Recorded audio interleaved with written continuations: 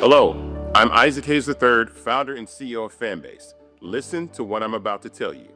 The window to invest in Fanbase is closing. We've raised over $10.6 million of our $17 million goal. That means there's room for less than 6,370 people to invest in Fanbase for the average amount. The minimum to invest in Fanbase right now is $399. That makes you an owner in Fanbase today. Go to startengine.com/fanbase to invest. Why? Because current social apps have taken advantage of users for far too long, with content suppression, shadow banning, harmful racist content, and no real tools for monetization and equity. Fanbase has over 1.4 million users and counting, allowing anyone to reach all their following and monetize their content from day one. Social media is the new TV, and whoever owns the apps that distribute that content have the opportunity to own potential billion-dollar companies. While big platforms with uncertain futures are failing to serve their users, Fanbase is stepping up to fill the gap. Don't wait until it's too late. Invest now, invest for yourself and your future. Go to startengine.com/fanbase and own the next generation of social media.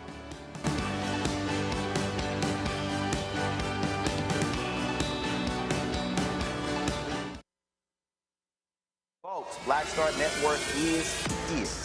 Hold no punches. I'm real revolutionary right now. Black power. Support this man, Black Media. He makes sure that our stories are told. Thank you for being the voice of Black America, Roland. Stay black. I love y'all. All momentum we have now, we have to keep this going. The video looks phenomenal. See, this difference between Black Star Network and Black-owned media and something like CNN. You can't be Black-owned media and be scared. It's time to be smart. Bring your eyeballs home. You dig?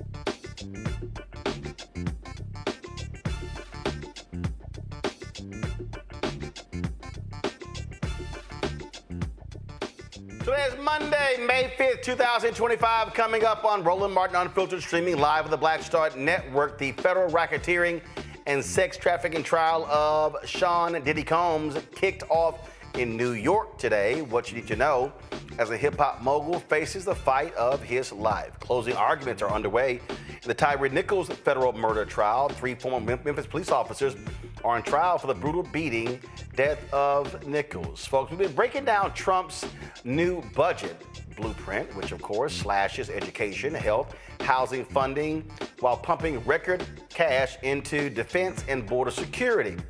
More Mondays continue at the U.S. Capitol today, and more arrests as those religious leaders protest the shameful Republican budget proposal. Plus, a photograph that captured a generation of hip-hop legends and a cultural legacy still unfolding 25 years later. Nelson George will be here to discuss how he's turning a photo with the great Gordon Parks into a documentary. Also, a white woman calls a black kid the N-word, and the racists raise hundreds of thousands of dollars for her.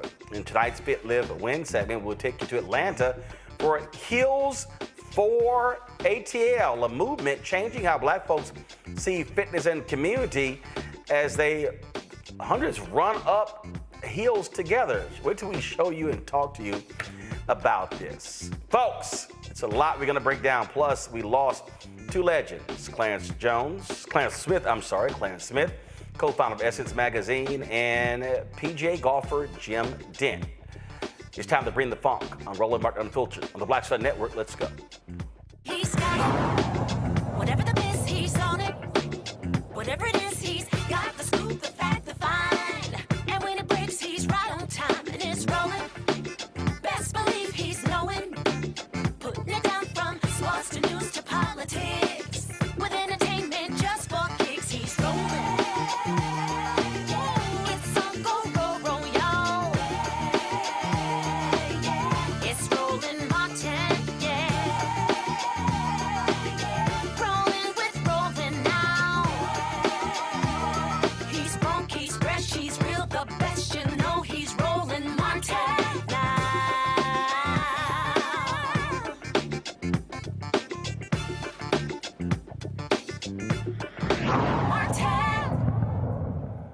Folks, in New York City, the federal trial of Sean Diddy Combs has officially begun. That's right.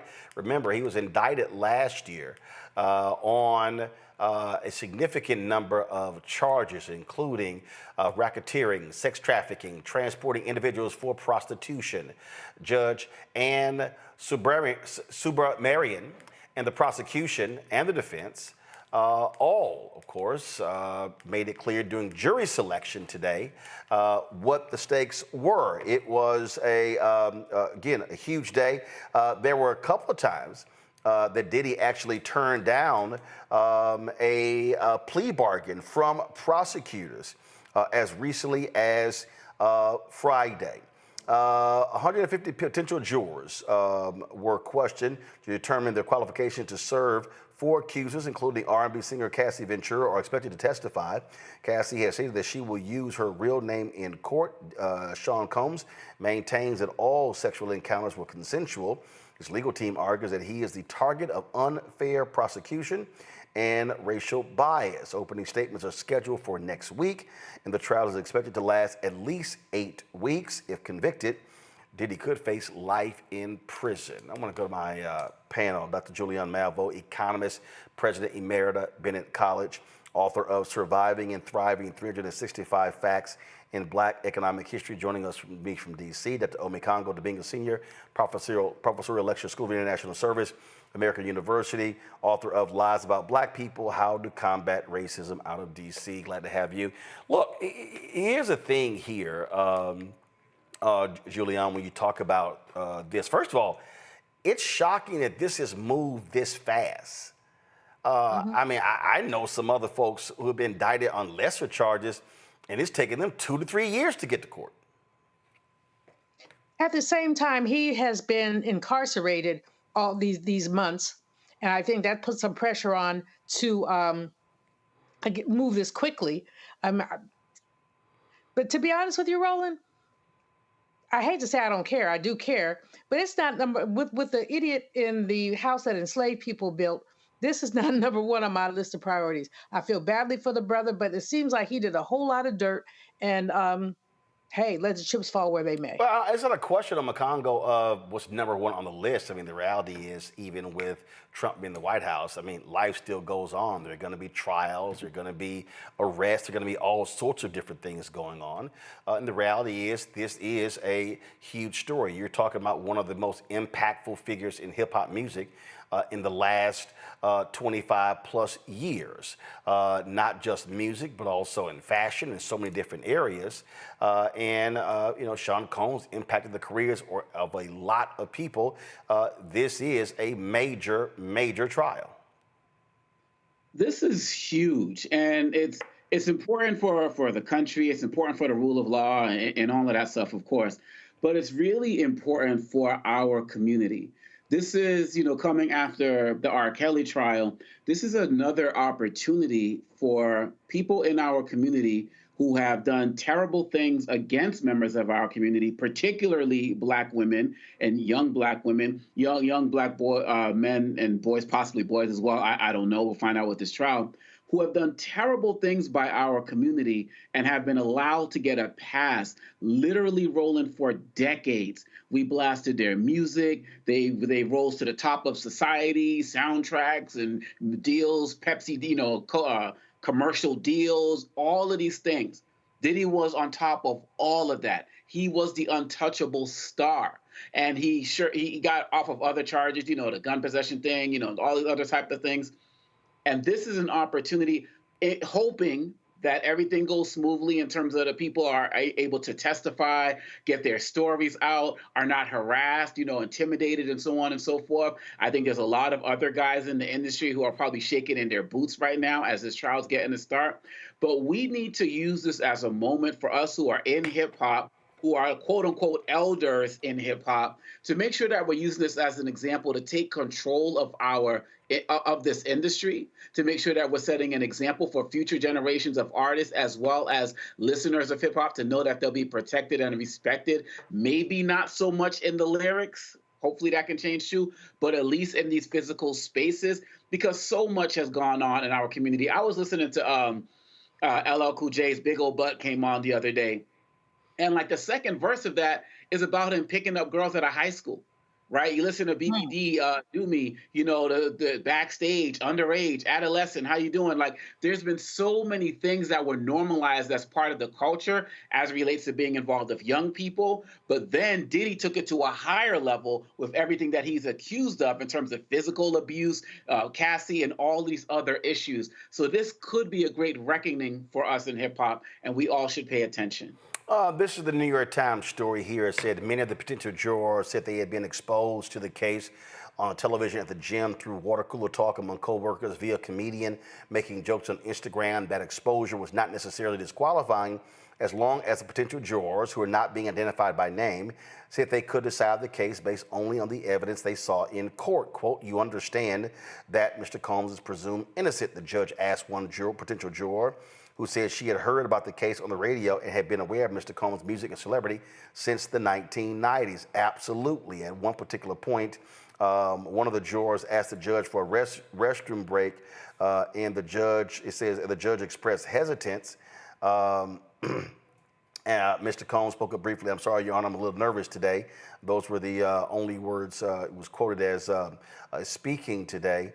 And then regarding the Cassie tape, one potential juror said, quote, "It was upsetting to watch, but I don't know the full story." You see here, some of the questions were more tailored to the case. Did potential jurors have experiences with artists in the hip hop community that could jeopardize their impartiality? How about allegations surrounding commercial sex workers, which is a core part of the government's case? And see, right there, that really, and this is the thing that it's going to be very interesting to see how this case unfolds and how the prosecution chooses to proceed. As I said, Julian, Sean Combs turned down on a couple of occasions a plea deal from prosecutors. And you have commercial sex workers. That's what they do for a living. So it's going to be very interesting to see how the prosecution lays this case out saying that this somehow was illegal that took place when they're in the business of sex. You know, I have to rethink my earlier answer and yield to Omakongo's greater wisdom in terms of contextualizing this, contextualizing essentially what this has meant. And whether they're sex workers or not, they don't deserve to be beaten. They don't deserve to be imprisoned. And the notion that it's young girls, it's not grown women, as Cassie is, but it's young girls that this man has preyed on. So, I mean, I think I'm just impatient with this because there's so many, to me, there's just so many other things going on. So my patience is thin. But at the same time, I do think that the way that this case plays out will say a lot about our culture. The other thing that I think is important, as you point out, Roland, is that the federal government has now thrown the sex work thing in there. No matter what happens, and he's turning down a plea deal, A, maybe because he thinks he's going to get off, but B, perhaps because he thinks that without, even with a plea deal, he'll spend 20 years in jail. He's going to spend 20 years in jail. This is a relatively young man in his 50s who will spend the rest of his life in jail. But I do think that there's a whole lot going on here that we need to deal with in terms of in terms of how this plays out. Again, I will start by saying I am impatient with this, and so many other things happening, but this is very important. So Omakongo, thank you for recontextualizing that for me. Omakongo, he's 55 years old, and the reality is when you look at this particular case here, listen, it is going to expose a lot of people to the underbelly of Hollywood and the music industry. And just for people just to understand context, because this is the mistake that a lot of people make, and I need people to be very mindful of this when people are having these conversations. I don't want people to somehow operate from a state of mind that, oh my God, look at this here. Look at what's going on here with Diddy and these what is called freak-off parties. This is the exact same New York Times. Former Abercrombie CEO ruled unfit to stand trial for sex trafficking. Michael S. Jeffries had been accused of luring male models to secret sex parties. He has dementia, and a judge ruled him to be mentally incompetent. And he's the former CEO of Abercrombie and Fitch. And of course, he's 80 years old. He was indicted in October. He was indicted in October on charges that from 2008 to 2015, he coerced dozens of men into sex with him, using his position as the clothing retailer's chief executive to sexually exploit models who were motivated to advance their careers. He had pleaded not guilty, and it says working with his romantic partner, Matthew Smith, and a third person, James Jacobson, Mr. Jeffries lured the men to secret sex parties with the possibility that they'd receive modeling jobs. Federal prosecutors said Mr. Smith and Mr. Jacobson have also been charged with sex trafficking, and like Mr. Jeffries, have pleaded not guilty. According to prosecutors, the men that Mr. Jeffries and his co-defendants coerced were not allowed to leave the sex parties, along with being forced into sex. They were made to consume alcohol, drugs, and Viagra. The charges echo claims made in the class action lawsuit brought against Abercrombie in 2023 and reported on in a BBC investigation. And I'm reading that because, again, what often happens when these cases, people, oh my God, look at this here. Oh, this is bringing black people down. Now, here's a white man who was 80 years old, who was accused of essentially the exact same thing. And so I need people to understand that this is not an indictment on black people. This is not an indictment on hip hop. This is not an indictment on music. This is literally the entertainment industry, and we've seen stories like this: Hollywood, music, fashion, across the board. Yeah, I'll be honest. When the Me Too movement started to really pick up, Weinstein and Cosby and so on and so forth, I was actually very dismayed at the fact that I felt like hip hop got a pass. Like, I can't think of any major hip hop artist during that particular time when Me Too was really, really popping that got put on there any of these charges, right? And then, like, you know, the R. Kelly documentary and stuff came out. I mean, this stuff has been going on for a while, but hip hop finally kind of came out unscathed. And now this is not the issue anymore. And so you're absolutely right that if people who are consumers of hip hop, who are part of the hip hop community, who love hip hop, if they put his accusers first, then they should be able to look at this as some form of objectivity. If they keep looking at this as, oh, this is like when Cosby tried to get NBC and all of a sudden all of these allegations came out, they're going to continue to be, you know, jaded by what's going on. There's going to be a lot of information that's going to come out. And I think some people who are kind of still in denial are concerned that maybe some of their guys are going to come out who they like. And they got to put up their front now to kind of save face with this all. I mean, when you're talking about issues of trafficking and all of this, Diddy didn't go to anybody's house, I'm assuming, and grab somebody. There were people involved, his bodyguards, his team. So it takes a whole network of people to do things that this man is accused of doing. And so we do ourselves a disservice if we, given off of just, I didn't even know about the Abercrombie case and what you just read. So we do ourselves a disservice if we just talk about conspiracy theories, especially, I'm mad that this stuff didn't really hit the fan until people had to see the video with Cassie for stuff to really hit the fan. But actually, this actually didn't hit the fan, even with the Cassie video. What happened? What happened was it was the lawsuit that dropped in the New York Times on a Thursday. It will sell the next day. That's what changed it, and so that's what happened. And again, it's another story. That, again, look, I follow the news. I just need people to understand what we're talking about here. Go to my iPad. This is Peter Nygaard. Peter Nygaard, huge in the fashion industry, was sentenced to 11 years in prison in Canada for sexually assaulting 4 women at his company's headquarters. He's still facing trials in Montreal, Winnipeg, and New York. This story here is from September 2024. He basically was accused of doing the same thing Jeffrey Epstein was doing. He actually had an island.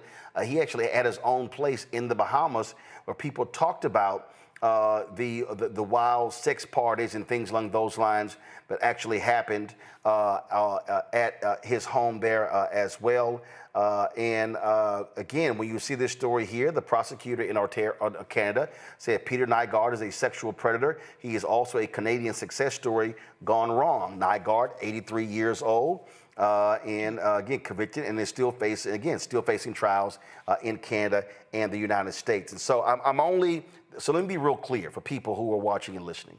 This is not about, this is about making excuses for Diddy. No.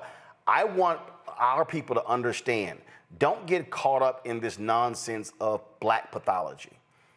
Because, and it's going to happen. And I guarantee you,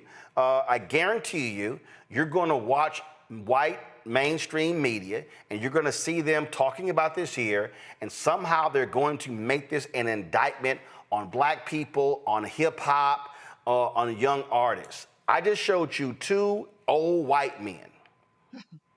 2 old white men, 180, 183, who were accused and one convicted of the exact same thing that they are targeting Diddy with. And so I just think that perspective is important, and a lot of folk won't actually do that, but knowing how white mainstream media works, I can actually see them trying to make this about black people and hip hop and rappers and things along those lines, as opposed to what happens within this industry. All right, folks, going to a break. We'll be right back. More to talk about on today's show, including all of these racists coming to the aid of a white woman caught on tape calling a black child the N-word, and they have given almost $1 million to help her out.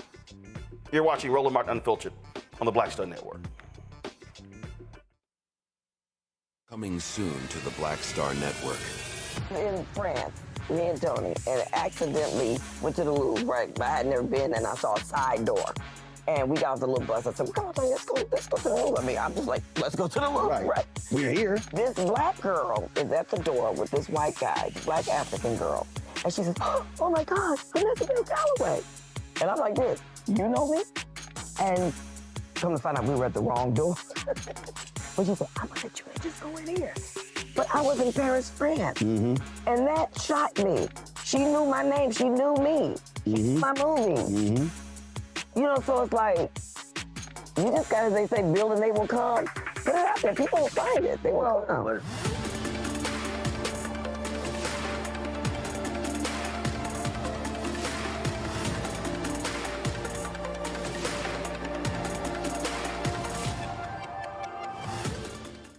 Hey, what's up? It's Sammy Roman. Hey, it's John Murray, the executive producer of the new Sherry Shepherd Talk Show. It's me, Sherry Shepherd, and you know what you're watching, Roland Martin Unfiltered. Folks, a Tennessee jury heard closing arguments today in the high-profile state criminal trial of 3 former Memphis police officers charged in the brutal death of Tyre Nichols. Tadarius Bean, Demetrius Haley, and Justin Smith Jr. all face serious charges, including second-degree murder, aggravated assault, aggravated kidnapping, and official misconduct and official oppression. Testimony concluded with the courtroom revisiting the events of January 7, 2023. That's when Nichols, a 29-year-old black man, was pulled over, pepper sprayed, and ultimately beaten just steps from his home. The jury saw a video of the officers punching, kicking, and striking Nichols with a baton as he called out for his mother before leaving him handcuffed and slumped against a squad car for more than 20 minutes without medical aid. Nichols died 3 days after the beating from blunt force trauma. Former officer Desmond Mills Jr., who took a plea deal, testified he regrets not stepping in to stop the assault. He admitted to striking Nichols out of anger after accidentally pepper spraying himself. Mills and another officer, Emmett Martin, have already pled guilty to federal charges. You know, we talked about this here, this case last week, folks. And again, not just this case. We need to understand what is happening in the United States when it comes to police brutality.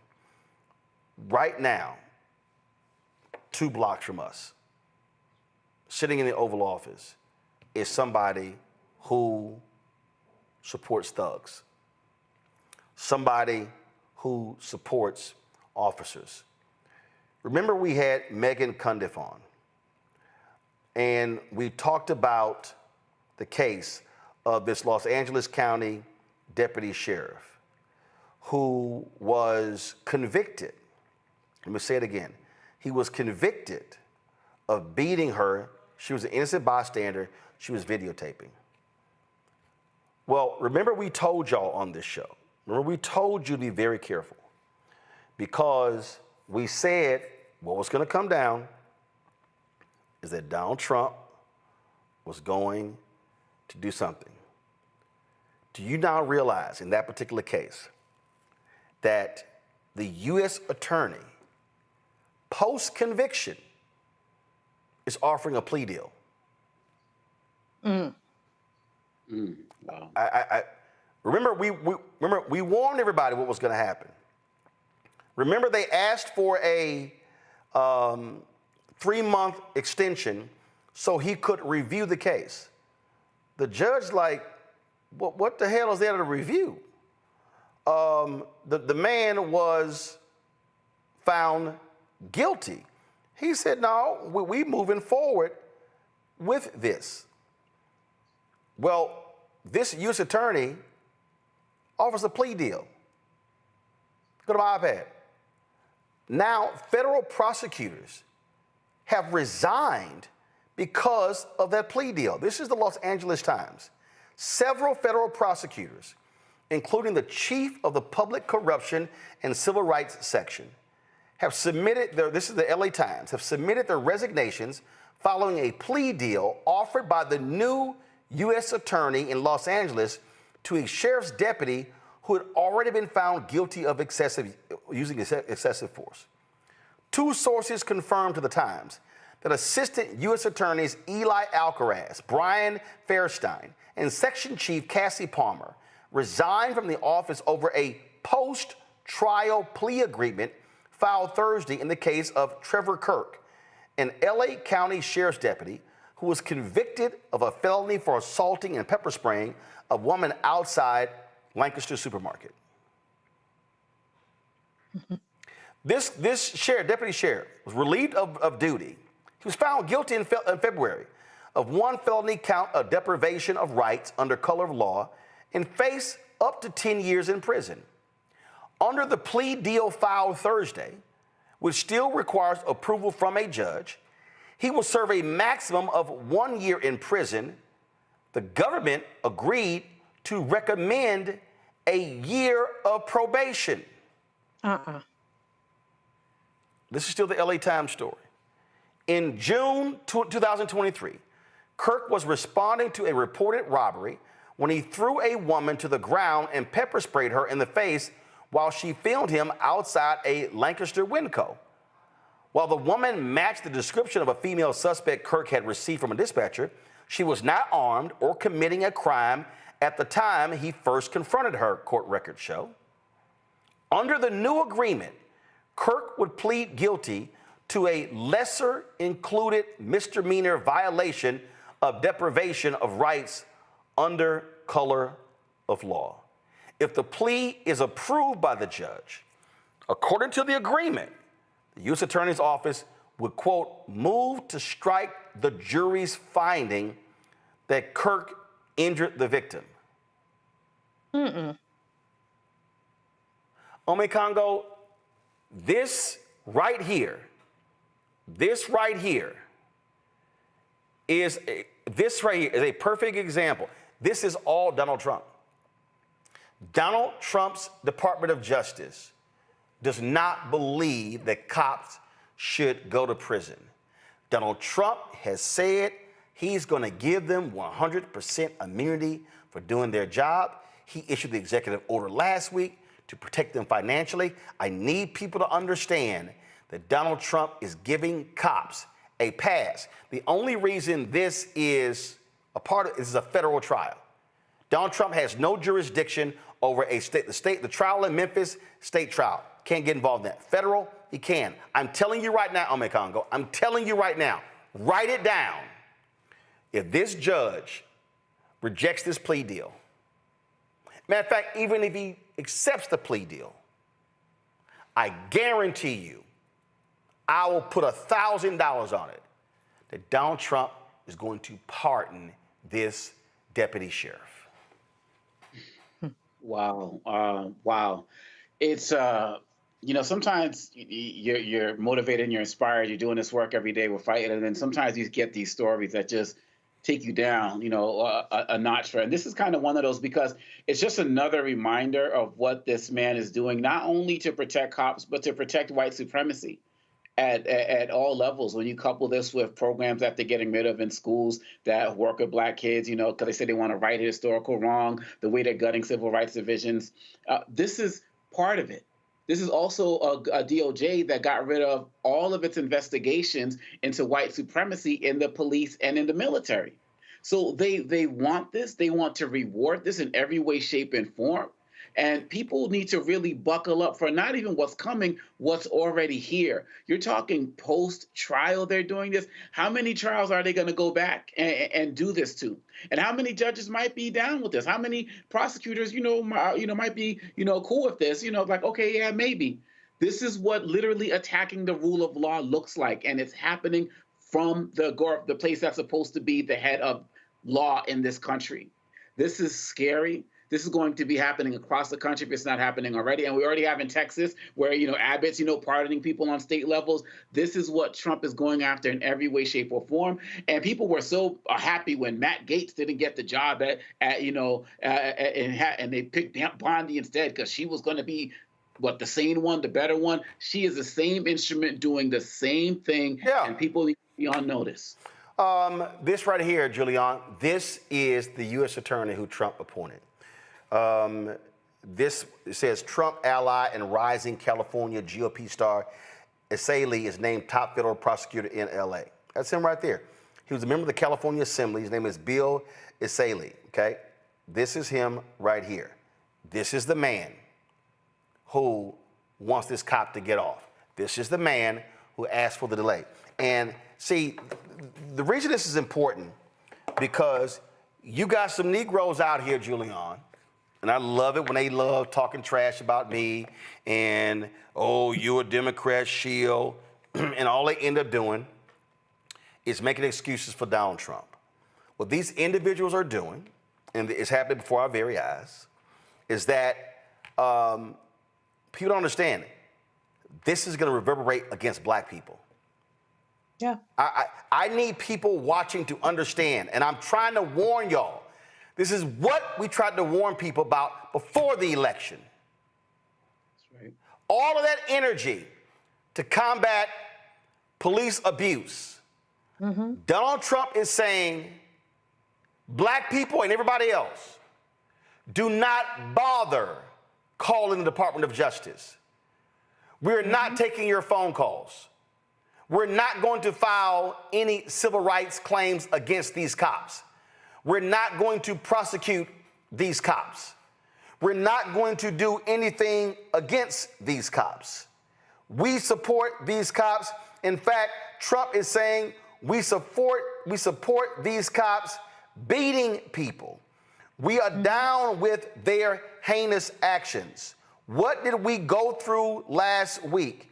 What did we tell people last week about this? We were very clear about we were very clear. This was the executive order that he signed on April 28th.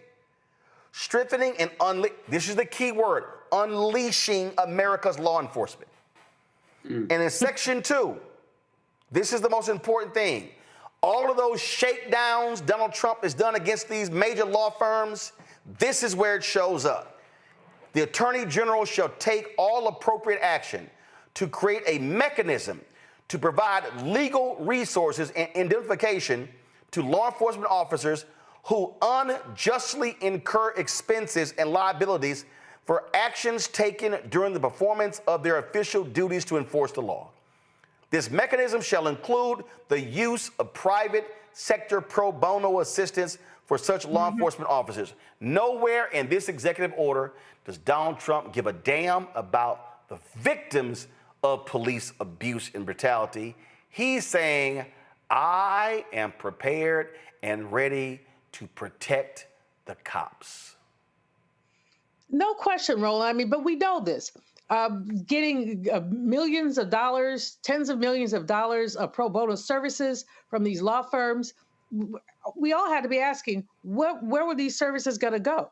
Now we see the deal with the executive order. But he's spoken many times to law enforcement, decrying the fact that they're under scrutiny. This is an extension this is lynching culture 2.0.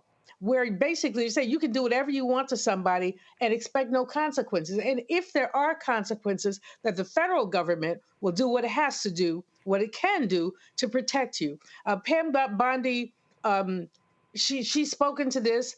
They've all spoken to this. It's criminal, but this is what I just saw some of your merch, and they had a FAFO hat, and I'm gonna give me one because this is what people voted for, and now. See, you never see this violence solely visited on black people. In order to do this to black people, you have to do it to other people. So you're not having white people, Latinos, Trump voters, understanding that they come for us in the morning. If they come for black folks in the morning, they're coming for you at night, and they are coming for them. And that's not what they voted for. FAFO, simply FAFO. The challenge to it, of course, is it spits in the face of the rule of law. It ignores the notion of any kind of due process. The jury went through a deliberation. We lift up juries. We say we care about them. They went through a deliberation, and now they're saying, well, yeah, maybe we'll do a plea deal after the fact. That makes no sense at all. But what makes sense is that the police are being given essentially a green light for brutality, and there are very few in government, certainly not in the Department of Injustice, who are willing to push back and say, oh, hell no. And that's what needs to happen. I expect, we're coming up on summer, or maybe we're in time, I don't know.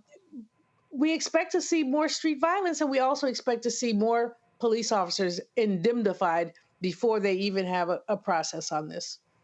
Well, first of all, Congo, they already are. They already are, and they already get legal support. But Trump is just saying point blank, no, we good. We good. Y'all can do whatever you want. And I'm laying this out because I need people to understand the climate that we're living in. The climate that we're living in. We told y'all how this thing was going to be unfolding. We said it the last time this thug was in the Oval Office. Now what you're seeing is this thing now on steroids. You now are seeing not only cops unleashing, being emboldened. You're now seeing other folk emboldened. You are seeing the absolute craziness that takes place. You're seeing how these people are treated. Take the case of this Shiloh Hendricks, okay? Shiloh Hendricks. Now, some of you have seen the video of Shiloh Hendricks attacking a black child. Caught on video, having no problem at all being absolutely racist in these attacks on a playground. Let me show you this video. I know a lot of y'all have seen it, but I want you to understand how the racists are just jumping out of the woodworks. Watch this. Did you call the word? It is not business. You call him an. Okay, why don't you have the boss to say it right now again? Fuck you, Nick. All right, that's what you say. You're not digging through people's shit, you dumb fuck. Nobody digging through your shit. A little fucking kid just did, you dumbass. That little kid, you call him a little child? What if he acts like one? He's gonna. Are you about to hit him? You chase him here? He took my son's stuff. So that gives you the right to call the child 5-year-old the N-word. If that's what he's gonna act. That's what you're gonna call him. That's what he's gonna act like. You know, that's a hate speech. And you can be recorded for that. I don't give a shit. Fuck off. Okay, we'll see about that, what the internet has to say about you. The guy who's shooting that says, we'll see about that, what the internet has to say. Now, this wasn't the only video. That was a different video. Okay, so watch this one here. Call him a child? Did you call the child the word? Yeah, spoiler alert. While I censor it, she uses. Now, again, this of course is, you see this gentleman, he does a lot of these videos breaking these things down. Now, she is attacking a kid while she's carrying a kid. But I want y'all to understand what's going on in terms of how the racists are just so excited by this. Then you have, again, the racists like Matt Walsh, of course, of the Daily Wire, and he's an absolute white supremacist. He has no problem supporting racists. So listen to what he talked about. It is, in the end, a net positive that this woman has raised $500,000. I'm glad she has. I hope she raises $1 million. I will not be joining with some of my conservative friends in wagging my finger at her donor. And I'll explain why. First of all, she does have a legitimate need for the money. The mob is truly trying to get her killed. I don't believe that a woman should have her life threatened saying a word, even a bad one. And you could say freedom of speech, but not freedom from consequences for your speech, all you want. But if losing your livelihood and having your house burned down is a consequence of your speech, then you do not have free speech. Supporting free speech means supporting someone's ability to speak without having their family murdered for it. Okay? I mean, that should be pretty obvious. Second, more importantly, and the part that I really need everyone to stop and think about. This is the most devastating attack on cancel culture that we have seen, possibly ever. Shiloh Hendricks has, without really trying, effectively ended cancel culture. As Mark Dice said in his video about the incident, Shiloh is the final boss of cancel culture, or maybe rather the final boss that cancel culture has to fight. And I think that's right. Here's what we have to understand on the Congo. These racists love this because they're like, oh yeah, we're winning. We now get to call you, we get to call you the N-word. We get to call you any of these things. And you know what? We're gonna stand up and support our fellow bigots. We're going to come to their aid. We are going to do whatever is necessary to support them, to back them up. And the number is, somebody put right here. Someone said, this tweet is, Shiloh Hendrix doubles down after winning the racist lottery. Okay? And then you see right here where she is, she got no problem with her post at Anglo-Saxon girl using the N-word. And look at this here. Help me protect my family. My name is Shiloh, and I love this here. I have been put in a very dire situation. I recently had a kid steal from my 18-month-old son's diaper bag at a park. I called the kid out for what he was. That's the N-word. Another man who we recently found out has had a history with law enforcement proceeded to record and follow me to my car. He then posted these videos online, which has caused my family and myself great turmoil. My social security number has been leaked. My address and phone number have been given out freely. My family members are being attacked. My eldest child may not be going back to school, even where I exercise has been exposed. Now, in this post here, you see, and this is supposedly a Christian platform, the goal is to raise $1 million. It's at $334,000. My understanding, it's exceeded $700,000. So the racists and the bigots are saying, oh, no. We've got to protect this fellow racist. We've got to protect this bigot. We've got to have this bigot's back. So by God, we are going to make as much, we're going to sit here and raise as much money as we can. They're on this platform called Give, Send, Go. That's where they've been raising the money. And give me 1 second, because I want to pull this up. So folk can understand how these racists are doing. And again, they're being aided by conservative media. Conservative media is loving it. Now, here's what's crazy. If you go on here, you type her name in, you literally see legal, emergency, family, medical, emergency. You see all of these,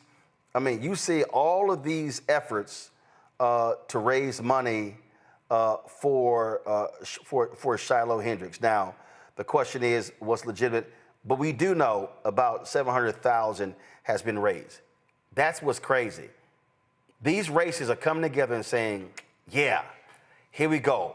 One of our own. That's right. That bigot used the N-word. We got her back 100%.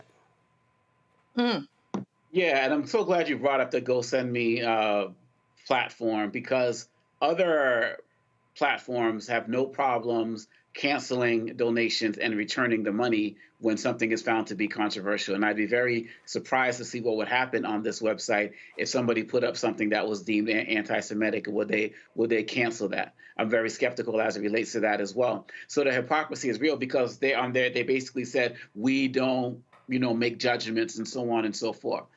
I would like to know where the caretakers of this child are, and if they're filing any lawsuits relating to child endangerment or something, because they're going to need to have some money raised for them as well. This was the same situation we saw with Daniel Penny in New York, and that whole situation. And now he's working for a Trump billionaire.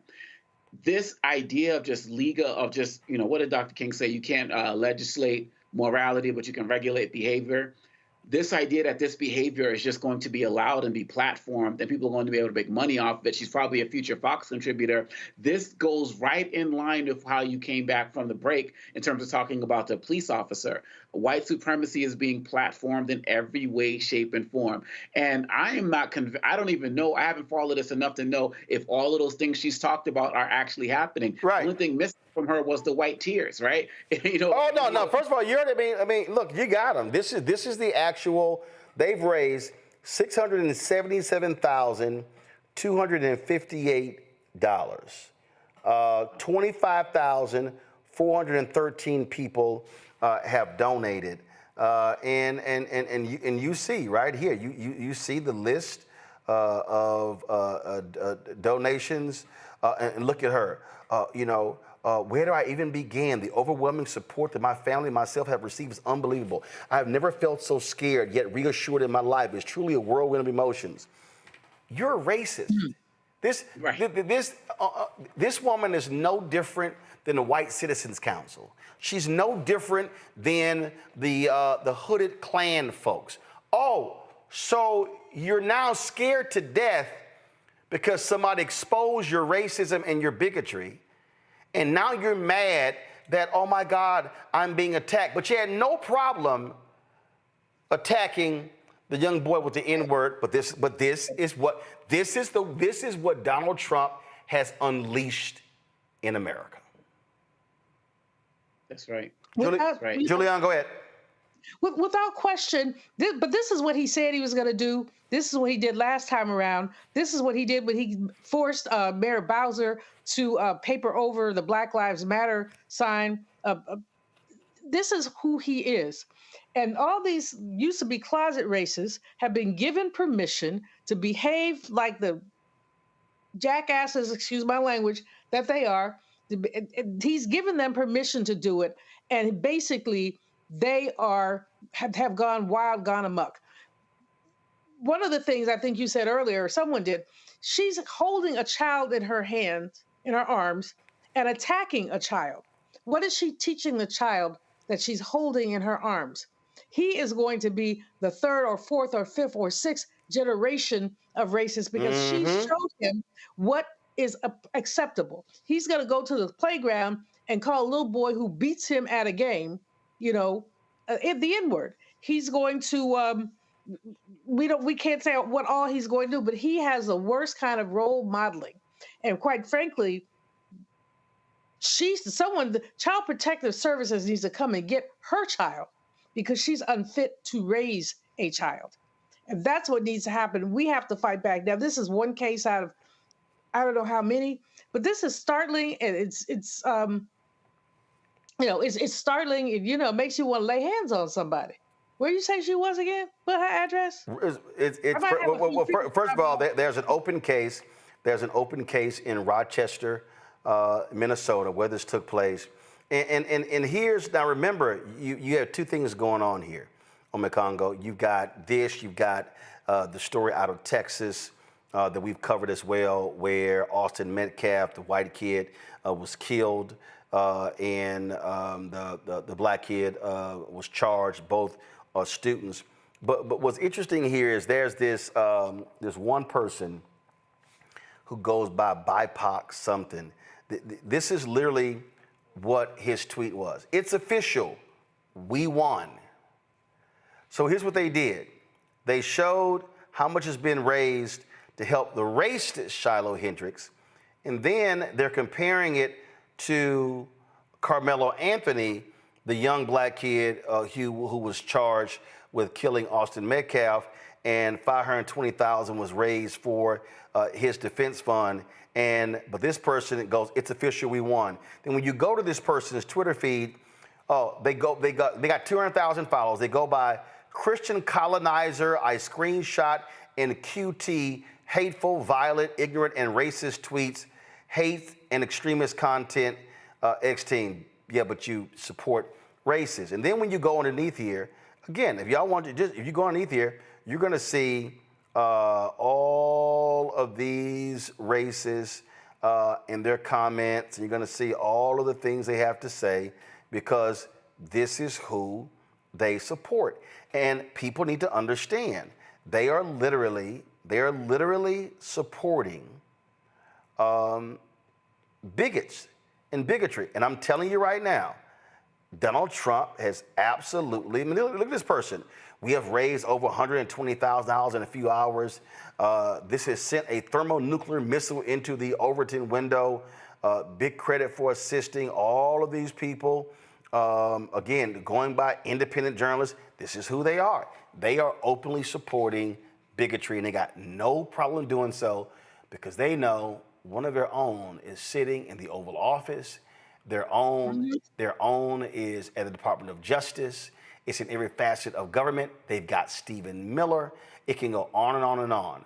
Racist, white supremacists, white nationalists are in control of the federal government.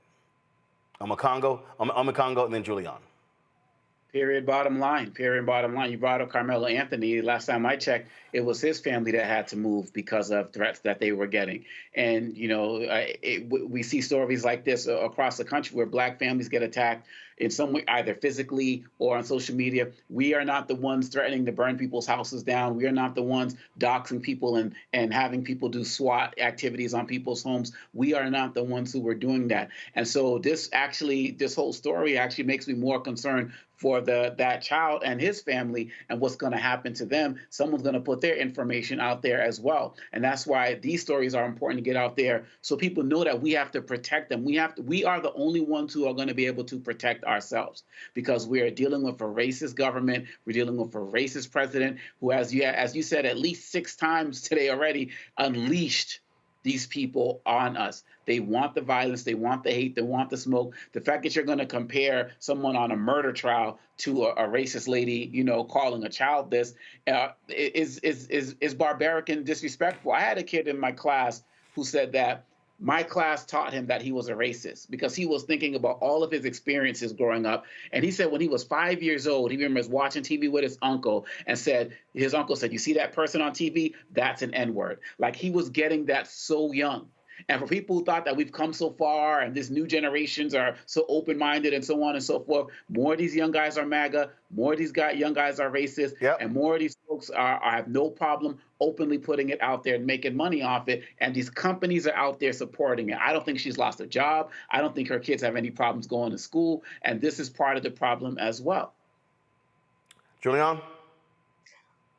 Omekongo has nailed it. I mean, what we have going on here is racists have been given permission to be racist. There was a time when racists kept it underground and undercover. They might use the N-word around their friends, but they would never use it in public. They would never identify with it. You know, they might grouse about it. But now, hey, all bets are off.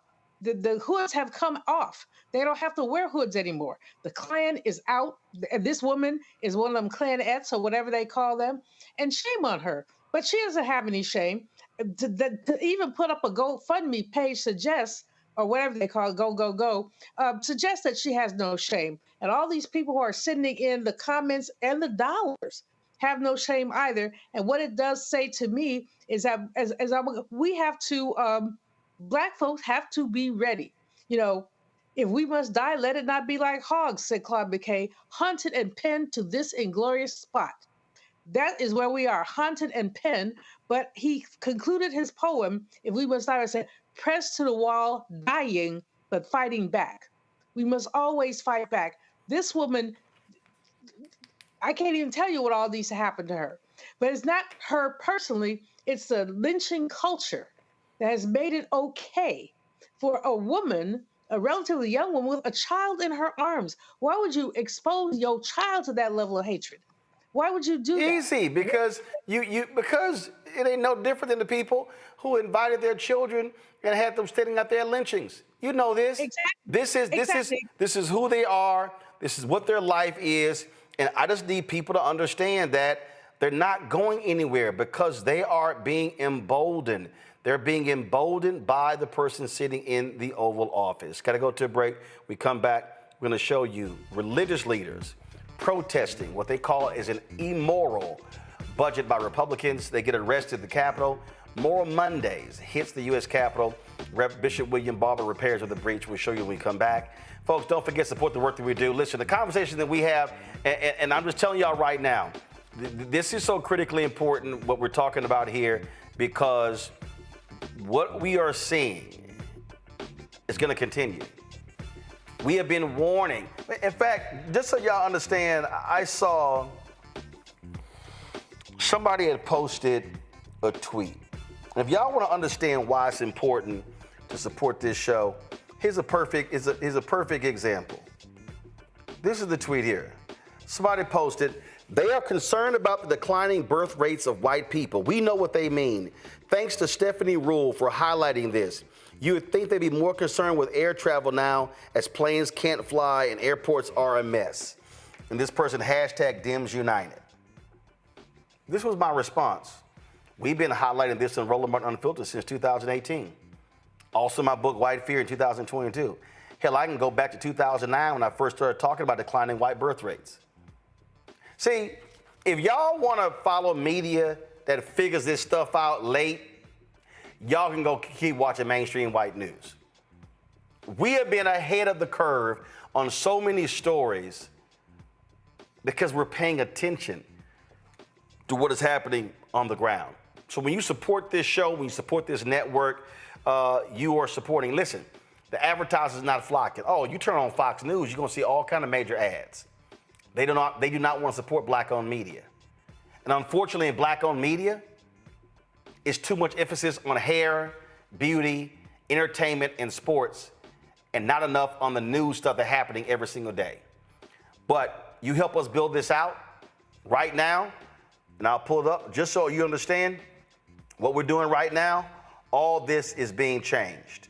If you go to Black Star Network, right now it's set up really as our app, but I'm completely having the website overhauled, and it's going to be a news and information portal. We're shooting a pilot in a couple of weeks for a business show. We're doing all sorts of new things, and so trust me, we're making this stuff happen because we're building out black news and information. Now, I want to be as clear as I possibly can. I know lots of entertainment. In fact, you saw the promo on Wednesdays. We're going to run it right after I finish this here. I got my interview with Vanessa Bell Calloway. So we do some entertainment, but I'm not doing it every single day. I'm not doing gossip. I'm not doing reality shows. I don't care what celebrity is sleeping with somebody. I don't care who had a baby. I don't care who came out. I don't care who they're divorcing. I don't care who they're engaged to. Because there's a lot of places you can get that covered. Plus, that's their personal business. I don't believe that we as the public, I don't believe that we should know everything about somebody's life. That's their business. But there has to be a place where news and information is central and is important. And that's the case for this show. That's the case for this network. So we've had 35,000 donors contribute since we launched this show on September 4th, 2018. And so we want you to join that list. You want to give to us via Cash App. A lot of you have been emailing me. I told you, Cash App changed their rules just out of the blue. Because of the type of corporation we are, they closed down our Cash App accounts. But you can contribute to us via Cash App using the Stripe QR code. You see it right here. If you're listening, go to blackstarnetwork.com. If you want to see your check and money order, make it payable to Roland Martin Unfiltered. Went to the mailbox today, had about 200 of your checks and money orders. Folks, P.O. Box 57196, Washington, D.C., 2003 7-0196. PayPal's R. Martin Unfiltered. Now, when y'all go there, it's going to say New Vision Media. That's us. That's the parent company, so don't freak out. Go to Venmo, RM Unfiltered. Go to Zelle, Roland at RolandSMartin.com, Roland at RolandMartinUnfiltered.com. If you want to get our gear, please do so. Get our swag, our new shirt. Matter of fact, Keenan, we're changing the FAFO shirt. And so we're going to change that. We're going to have Project. We're going to have Project crossed out. And then probably what I want, I sent Keenan a text. What I'm thinking about is have a hashtag. We tried to tell you, and it's going to be FAFO, and we're going to have, I think, Project underneath it in red. with an X through it, and then below it's gonna be 2025. So we're working on that design. I'll let you know when we have it ready. Here's our other shirts. Y'all really love Don't Blame Me. I voted for the black woman. And so get that at rolandmartin.creator-spring.com. The QR code's there as well. And remember, when you buy our merchandise, that money comes back into the show. When you get my book, White Fear, How the Browning of America is Making White Folks Lose Their Minds, that money goes right back into the show. And so, again, you can get it at all the bookstores. You can also get it, the audio version, Audible. And we're working out for you to be able to buy the book directly for me to autograph. Now, I know that's opening Pandora's box. There might be a whole bunch, but I'm working through how we can actually service all of those books. All right, folks, going to a break. I'll be right back. On the next Get Wealthy with me, Deborah Owens, America's Wealth Coach, we're talking about the difficulty of being able to acquire wealth for Black Americans. My guest, Emily Flitter, is the author of The White Wall: How Big Finance is Bankrupting Black Americans. The bad stuff that you feel when you're dealing with the financial services industry is not your fault. It's not your fault, and you don't deserve to be treated like this. That's right here on Get Wealthy, only on Black Star Network. Coming soon to the Black Star Network. In France, me and Tony, and accidentally went to the Louvre, right? But I had never been, and I saw a side door. And we got off the little bus. I said, come on, let's go to the Louvre. I mean, I'm just like, let's go to the Louvre, right? We're here. This black girl is at the door with this white guy, black African girl. And she says, oh my God, Vanessa Bell Calloway. And I'm like this, you know me? And come to find out we were at the wrong door. But she said, I'm gonna let you just go in here. But I was in Paris, France. Mm-hmm. And that shocked me. She knew my name, she knew me. She knew my movie. Mm-hmm. You know, so it's like, you just gotta, they say, build and they will come. Put it out there, people will find it, they will come.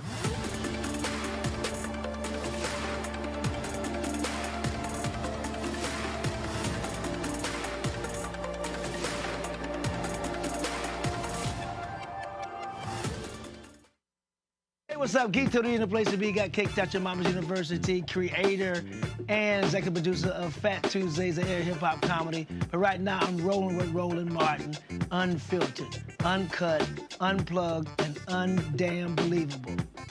You hear me?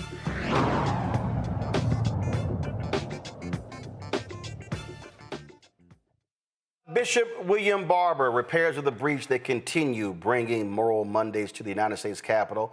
Their focus is what they call an immoral document. That is the budget that the Republicans are advancing. And it was storming today. It did not hold them back. This is what took place today.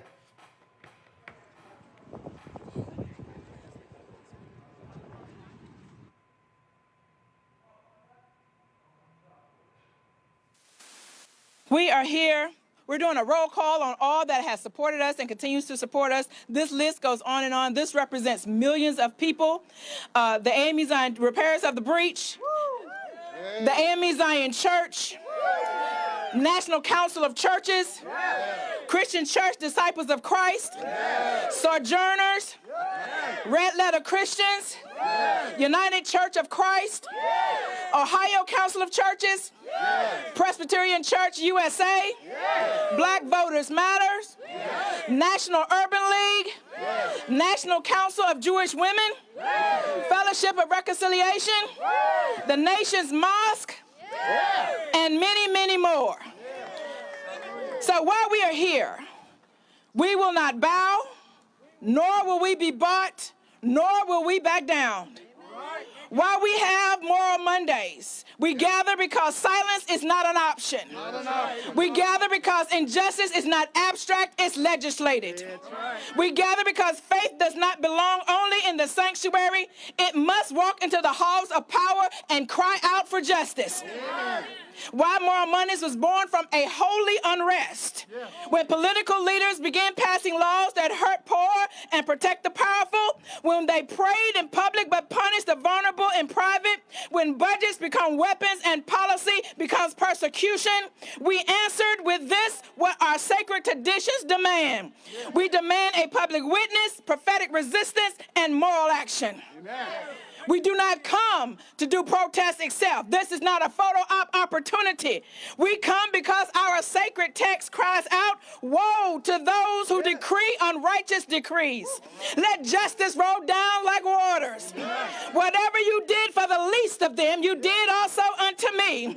That's why we have Moral Mondays. That's why that you are here today, because budgets are moral documents. Because poverty is not a personal failure, it is a policy choice. Because righteousness is not partisan, it is a prophetic mandate. And because we know that, it is moral to confront the immoral.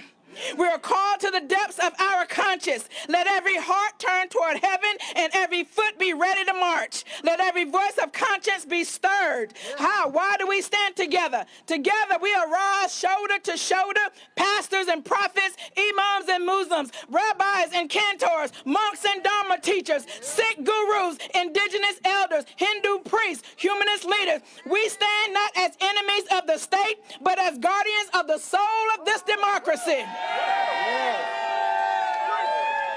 It says, woe to those who legislate evil, who write budgets that rob the poor, who trample the widows and the orphans on the bureaucratic boots, who codify cruelty and call it economic prudence. Budgets are moral documents. We testify that what a nation loves, what it fears, and whom it's willing to sacrifice. And this budget that they're trying to pass is a shameful story. And it may be written in ink, but it bleeds.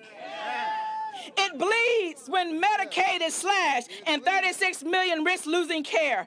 It bleeds when SNAP is cut and 40 million face hunger. It bleeds when housing assistance dries up. It bleeds when Head Start is gutted. It bleeds when bombs are funded but babies are deported. It bleeds when Medicare and Social Security are endangered. It bleeds when 14 million full-time workers earn poverty wages. It bleeds when unions are crushed and billionaires hoard votes. It bleeds when the child tax credit is rolled back. It bleeds when Social Security Administration is starved, leaving our elders to plead for dignity. It bleeds when Wall Street gets wealth and Main Street gets crumbs. This is a physical restraint. This is policy murder. And so we're exposing the lie here today. They say we can't afford it, but they can find walls and not welfare. They say cut the waste, but they protect corporate loopholes and golden parachutes. They say personal responsibility, but they punish the already burdened and downtrodden. So we lift up the truth today. To every elected official, you were not crowned, but you were commissioned. Amen. Not to preserve status quo, but to protect the common good. Do your job. Do what you were promised. Do what is right. And this is a call to the prophets, to every preacher, imam, rabbi, elder, monk, and teacher. This is not a time for quiet pulpits.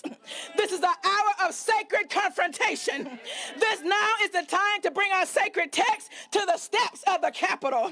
Now is the time to cry out aloud and spare not one of them that says be silent. Now is the time to sound the trumpet and show this nation what its sin is. And because the powers and principalities know that when the prophets pray, the empires crumble. And if prayer is criminalized, then we must turn our public witness into an uncompromising movement of moral defiance. We got to begin to have a rallying cry. So now I say to you, clergy, elders, youth, workers, teachers, nurses, and neighbors, do not wait for the right moment. This is the moment. This is the moment. Do not wait to be invited. You have been commissioned. Do not wonder if your voice matters. It does, because you are a moral witness. So if they arrest the prophets for praying, then let the prayers become thunder. If they criminalize compassion, then let our conscience become unshakable.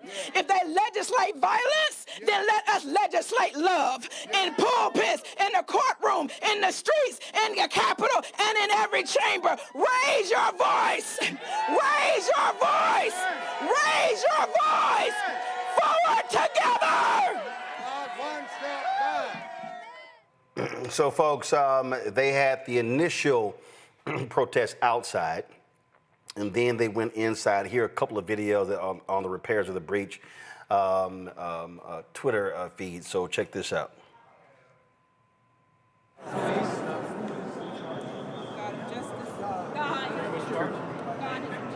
Right now, you text of this Congress proposed budget. The resolution soaked in cruelty, masked as fiscal responsibility. It proposes $1.5 trillion in cuts to life-saving programs, to Medicaid, to SNAP, to housing, to Head Start, all while shielding millionaires and building tax. They're going to be doing this every single Monday. Keep in mind what took place with Moral Mondays in North Carolina, the impact that they had there. And then this is really about challenging power and calling religious leaders to step up. Unfortunately, these white conservative evangelicals, they are cheering this document that makes massive cuts to the poor and the disenfranchised. Roland, the worst thing about this thing is that the budget that the man who lives in the house that enslaved people built, what he has submitted adds money to defense, adds money to war, and takes money away from the safety net, which already was fraying. The worst thing about this particular document that has been submitted is that no one has asked DOJ to go look at the Department of Defense. How much money are we wasting on so-called defense, which we can call offense? So the level of hypocrisy, if you got people, bean counters, going in to say you have too many people working at USAID, you have too many people working at the IRS, come on now. But no one has gone in to say there are too many people working at the Department of Defense. So not only is the document an abomination, a vexation, and a slap in the face, but the document also shows our hypocrisy. You talk about fraud, race, and abuse, and this man still wants to have a multi-million-dollar parade. So right on Reverend Barber, of course, and all the repairs and the Moral Mondays, which did make a difference in North Carolina. But let's be very clear, just like the racists who use the N-word with a child have no shame, this budget has no shame. Congo? It's evil. You know, it's just evil, what it is that they're doing. I'm glad that you shared this story, you know, after the last segments we were watching, because, you know, seeing the solidarity always gives me hope, you know, on many different levels. In addition to what Julian was saying, however, in terms of the things that they're trying to do on this budget, like Elon Musk just got a town in Texas, like commissioned, right? Like they are doing Star, whatever, Link City, whatever it's called, like they are doing everything to just give themselves more and more and more. And we can't talk about cuts to the Defense Department because these cuts that they were doing, they weren't based on money, they were based on ideology. Go against USAID because Elon Musk is a racist and comes from South Africa and hates Black Africans, right? Like, go against USAID. Go against Meals on Wheels. Like, that's where the real money is for the budget, right? Go against Head Start. That's where the real money. This is all about ideology in terms of what they're doing in terms of their tax, quote-unquote reform. These are gifts to the rich, and it's important that we continue to call this out, and it's important that we continue to come together.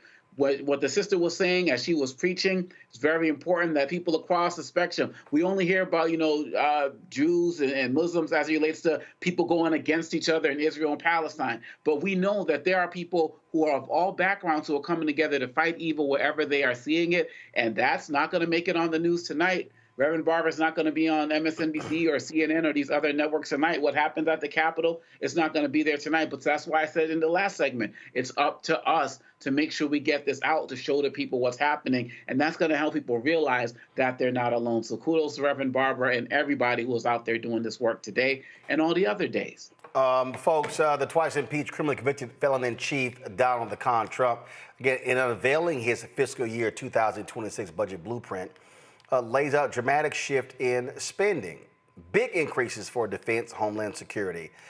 So let's talk about these cuts. If Congress approves, Trump's plan calls for a 13% increase in defense spending, putting the defense budget over $1 trillion. Remember I told Cenk Uygur that they were not going to cut defense, and he's running around talking all these conservatives? Cenk, we tried to tell you.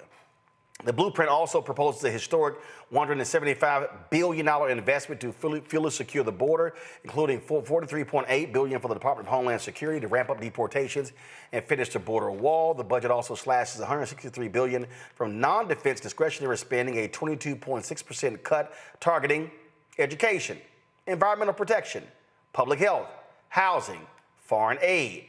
The proposal also seeks to eliminate diversity, equity, inclusion initiatives, environmental justice efforts, and what the administration calls wasteful grants. That means black people. Education, the chopping block. The plan would cut nearly $12 billion from the Department of Education and funding for some student aid and campus support programs, plus close the Federal Supplemental Educational Opportunity Grant Program entirely. Also, international assistance would be slashed by more than 80%.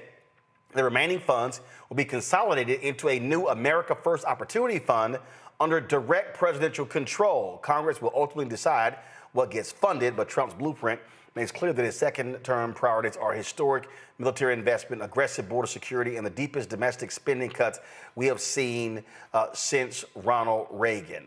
This is the reality. Now, while this is happening, this idiot is talking about the good parts of the economy while blaming Joe Biden for the bad parts. He sat down for the interview with Kristen Welker on Meet the Press. And if y'all want to hear somebody who is utterly delusional, listen to this idiot.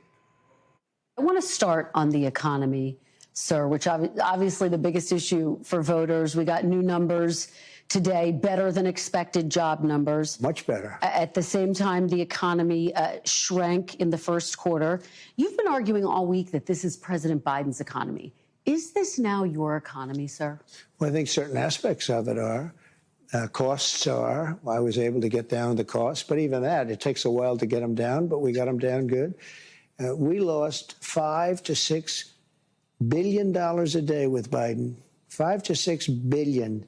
And I've got that down to a great number right now in a record time. You know, we're talking about 100 days. But just think of what that is. $5 billion a day we're losing on trade. And we were very tough with China, as you know. We put 145% tariff on. Nobody's ever heard of such a thing. And we've essentially cut off trade relationships by putting that much of a tariff on. And that's okay. We've gone cold turkey. That means that we're not losing. You know, we lost $1 trillion to China. $1 trillion. That means we're not losing $1 trillion when we go cold turkey because we're not doing business with them right now. And they want to make a deal. They want to make a deal very badly. We'll see how that all turns out, but it's got to be a fair deal. When does it become the Trump economy? It partially is right now, and I really mean this. I think the good parts are the Trump economy, and the bad parts are the Biden economy, because he's done a terrible job. He did a terrible job on everything. From his auto pen, which I'm sure he knew nothing about some of the things he was supposedly signing.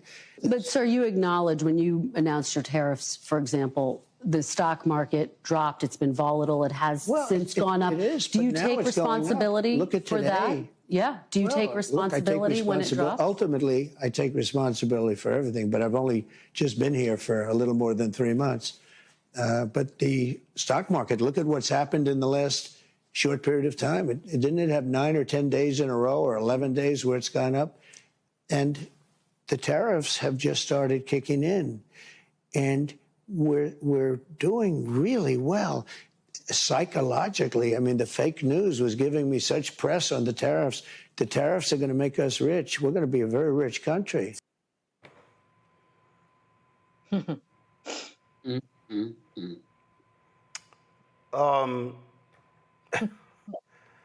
So the good parts are his. The bad parts, oh yeah, that's Biden.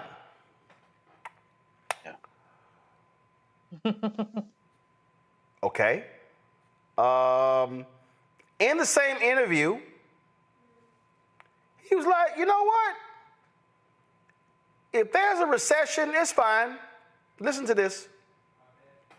You talk about this crazy. The man's nuts. Are you comfortable with the country potentially dipping into a recession for a period of time if you are able to achieve your long-term goals. Well, you know, you say some people on Wall Street say, well, I like to tell you something else. Some people on Wall Street say that we're going to have the greatest economy in history. Is it okay in the short term to have a Remember recession? this. Look, yeah, everything's okay. What we are, I said, this is a transition period. I think. Are you comfortable? Leon, yeah, it's okay to have a recession. You're an economist. How brain dead is this fool? Well, I don't think we have words to describe the level of stupidity that this man is bringing to the table, especially when he talks about it's okay to have a recession. And also in that interview, he talked about maybe the little girls would not have 30 dolls. They would have 2 or 3 and they would cost more. I don't know any little girls who have 30 dolls. Even my own very indulged little Julianne gets books from me, not dolls. But this man does not live the way that people live. So while he's poo-pooing a recession because it doesn't affect him, it affects people who make less than the median income. Median income, half above, half below. The median income is less than 60 grand. So somebody who makes less than 60 grand is going to feel the increased cost of groceries, is going to feel recession, is going to get laid off. You know, so while he's talking, I mean, I framed the column, Roland, by saying the Reagan question, are you better off? The question we could ask, are you better off than you were 110 days ago?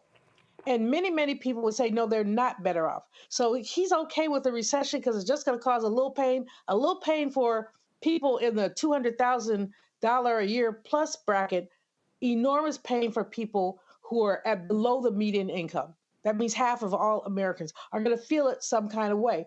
In addition, what he's advocating is economic chaos. And that's what we're living with, is chaos. People don't know what to do. You know, do you want to buy your car now or you want to wait? Our price is going to go up. He can't even get it straight. First, he says there's not going to be a tariff on automobiles. Then there's only going to be a tariff on automobile parts. Well, you need the parts for the car or if you need repairs. So basically, people who are driving are going to experience increased costs. And we can go down the list. I don't know who his economic advisors are, but they are not making any sense. And the consensus now of most economists, from the Wall Street Journal on, the consensus that we have a better than 50% chance of experiencing a recession. And some say we're in one now. But of course, it's not going to hurt. But it's not going to hurt. You've got the recession issue, and also this idiot does not care about the Constitution at all on the Congo. Listen to this. Your Secretary of State says everyone who's here, citizens and non-citizens, deserve due process. Do you agree, Mr. President? I don't know. I'm not a lawyer. I don't know. Well, the Fifth Amendment says I don't know. as It seems it might say that, but if you're talking about that, then we'd have to have 1 million or 2 million trials. We have thousands of people that are some murderers and some drug dealers and some of the worst people on earth. Some of the worst, most dangerous people on earth. And I was elected to get them the hell out of here, and the courts are holding me from doing it.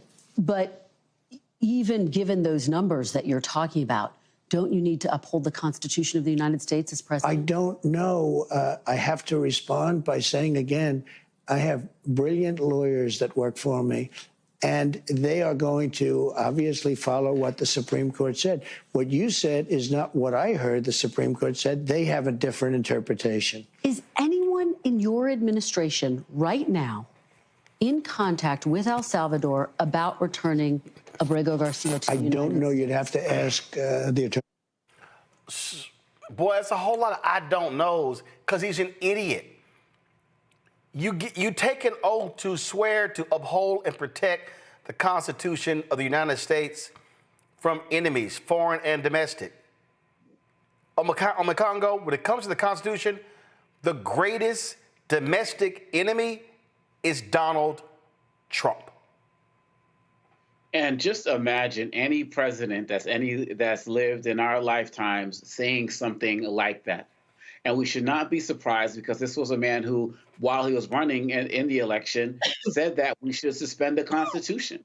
because of how the election was stolen and how the election was rigged. And this is what Harris warned us about multiple times on the trail, that any man who says this about, any person who says this about the Constitution, all of the ways he attacks it in every way, shape, or form, has no business being in that office. How do you have a president saying, I don't know if I'm going to follow the Constitution or if I'm supposed to? That for Trump means I'm not following it, because he's not following it now. And to say, well, and the way to, it's dangerous in any profession to have somebody who only takes all of the credit and none of the blame, whether we're talking about education, finance, the army, like the military, whatever it is. So it's most dangerous with the president. But this is a man who never takes any responsibility, and whenever confronted with something, he got confronted with a fund that was supposed to help 9/11 victims earlier today or yesterday. He's like, I don't know anything about it. How long are you going to tolerate this, America? How long are we going to, I don't know anything about our way through this whole presidency?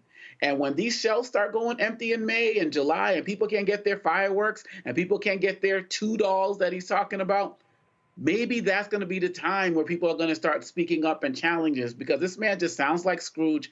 He's so out of touch, but the way he can just feign ignorance on everything whenever confronted, and the way that people let that slide. A lot of stuff we talked about in the last segment primarily affects Black America. This segment right now that we're talking about, this is going to hit everybody. His ignorance, his disrespect, his lack of knowledge of the law, and straight up lying, because he could actually read the Supreme Court decision himself and see exactly what it says, but he's only listening to Stephen Miller and Pam Bondi, and that's why we're screwed on so many levels right now. Indeed, indeed. All right, folks, a couple of other things jumped out, some breaking news. U.S. District Court Judge Richard Myers has ordered the North Carolina State Board of Elections to certify the 734 vote win for Democratic Supreme Court Justice Allison Riggs. This is a tweet from Brian Anderson. It rejects all of Griffin's election protests. Judge stays order for 1 week so Griffin may appeal. This is the motion right here by the judge. This has been ongoing since November. Riggs won. Griffin's been trying to get some 65,000 votes thrown out. And so that's what you see that's been happening here. So we are following this, see what's going on here. Also, folks, St. Augustine's University continues to try to figure out how to get out of their jam. And what are they facing? Another lawsuit. That's right, another lawsuit. This just continues to go on and on and on and on and on and on. While that's happening, they're also seeking land deals to help them out of their financial situation. They're looking for $70 million in bridge financing, actively seeking partners to help develop parts of its campus. They've been burdened with debt, facing financial challenges. Last year, they reported they had cut approximately $17 million in expenses for the fiscal year. 2024, the operating budget for the 2022-2023 academic year was around $35 million to attract investors and developers. School officials are issuing a request for a qualification. So we'll keep you abreast of what happens with what happens there with St. Augustine's. Just more drama. All right, folks, got to go to break. We come back. Writer, author, producer, documentarian Nelson George is working on a crowdfund for a new documentary based off an iconic photo of Gordon Parks. We'll tell you about that. You're watching Roland Martin Unfiltered on the Black Star Network. This week on the other side of change. Mass incarceration, Trump administration is doubling down on criminalization, and how it is profitable. And there's something really, really perverse about saying that we need to put people in cages in order for other people to have jobs. Like, that is not how our economy should be built. Only on the other side of change on the Black Star Network.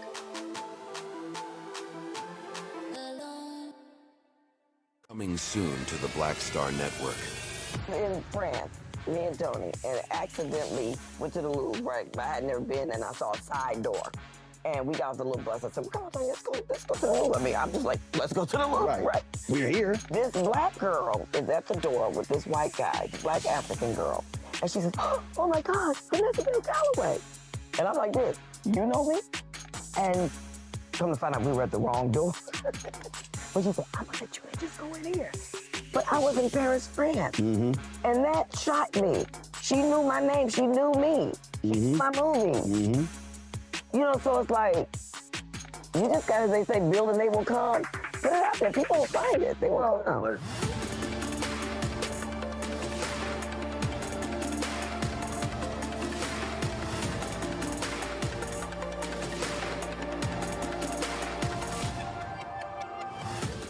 We begin tonight with the people who are really running the country right now. Now, Trump is often wrong and misleading about a lot of things, but especially about history. Donald Trump falling in line with President Elon Musk. In the wake of the unsettling news that MSNBC has canceled Joy Ann Reid's primetime show, The Readout, Roland Martin and the Black Star Network would like to extend an invitation to all of the fans of Joy Ann Reid's MSNBC show to join us every night to watch Roland Martin Unfiltered, streaming on the Black Star Network for news, discussion of the issues that matter to you, and the latest updates on the twice impeached, criminally convicted felon-in-chief Donald Trump and his unprecedented assault on democracy, as well as co-president Elon Musk's takeover of the federal government. The Black Star Network stands with Joy Ann Reid and all folks who understand the power of black voices in media. We must come together and never forget that information is power. Be sure to watch Roland Martin Unfiltered weeknights, 6 p.m. Eastern at youtube.com/Roland S. Martin or download the Black Star Network app. Hatred on the streets, a horrific scene, a white nationalist rally that descended into deadly violence. White people are losing their damn minds. As an angry pro-Trump mob storms the U.S. Capitol, we've seen We're about to see the rise of what I call white minority resistance. We have seen white folks in this country who simply cannot tolerate black folks voting. I think what we're seeing is the inevitable result of violent denial. This is part of American history. Every time that people of color have made progress, whether real or symbolic, there has been what Carol Anderson at Emory University calls white rage as a backlash. This is the rise of the Proud Boys and the Boogaloo Boys. America, there's going to be more of this. Here's all the Proud Boys, Dave. This country is getting increasingly racist in its behaviors and its attitudes because of the fear of white people. The fear that they're taking our jobs, they're taking our resources, they're taking our women. This is white fear.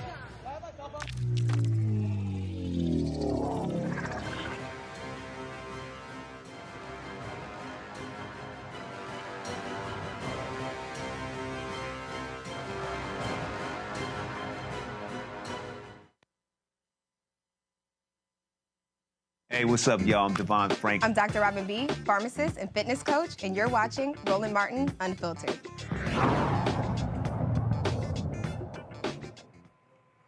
Folks, the battle continues on Capitol Hill against what we're seeing as the crazy, deranged leadership of Donald Trump.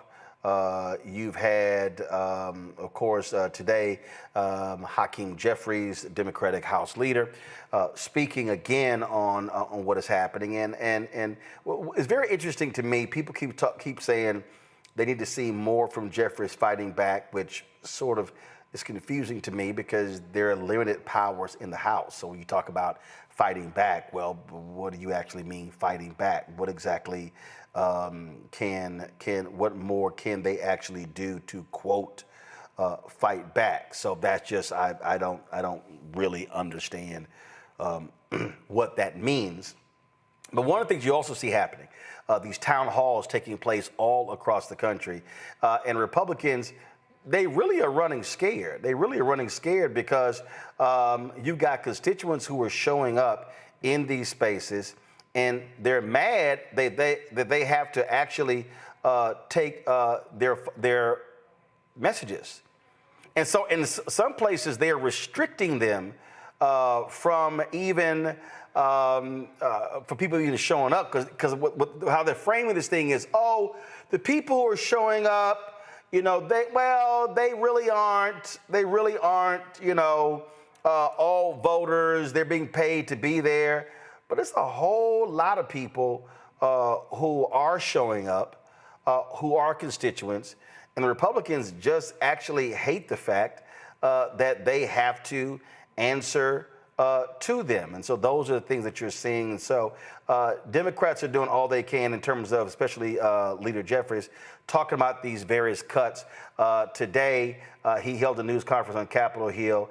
This was about an hour, about a couple of hours ago. And so here's some of what he had to say. Washington, in his farewell address to the nation, made the important observation that the Constitution is sacredly obligatory upon all. That means everyone in the United States of America has a responsibility to follow the Constitution. That includes presidents of the United States of America. That includes you, Donald Trump. There is nothing unclear about it. Why does Donald Trump make such ridiculous statements? Like he's unsure as to whether he has a responsibility to follow the Constitution. Why is the Republican Party stuck with Marjorie Taylor Greene as their candidate for the United States Senate seat in Georgia? Why is the top thing that House Republicans going to do this week on their legislative agenda renaming the Gulf of Mexico? It's because Donald Trump and House Republicans are on the run. They're on the run. They're on the run with respect to the economy.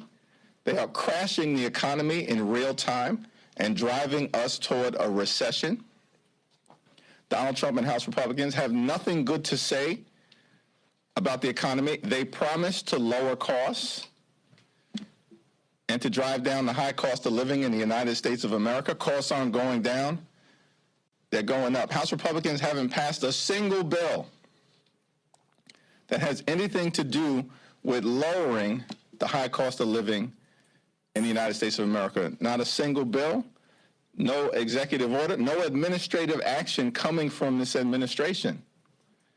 They're crashing the economy in real time, driving us toward a recession. Donald Trump and Republicans are on the run with respect to the economy. They're on the run with respect to health care. They want to enact the largest cut to Medicaid in American history. It's deeply unpopular, which is why they have been ordered not to hold town hall meetings. All right, folks, we actually streamed all of that, so you could check that out on the Black Star Network. It was a photograph that captured a generation in one frame. 177 hip-hop legends.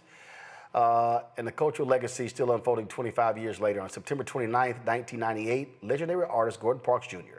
shot what many call the most iconic photo in hip-hop history, a living mosaic of MCs, DJs, dancers, producers, and pioneers standing shoulder to shoulder on 126th Street in Harlem, just steps from where jazz legends once gathered for a great day in Harlem.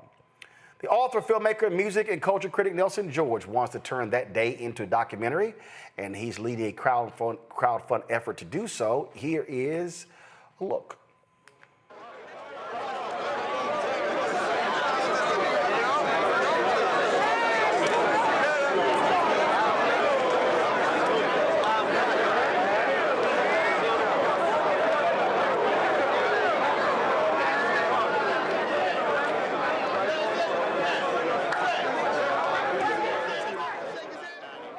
How long do you think he had those for in his garage?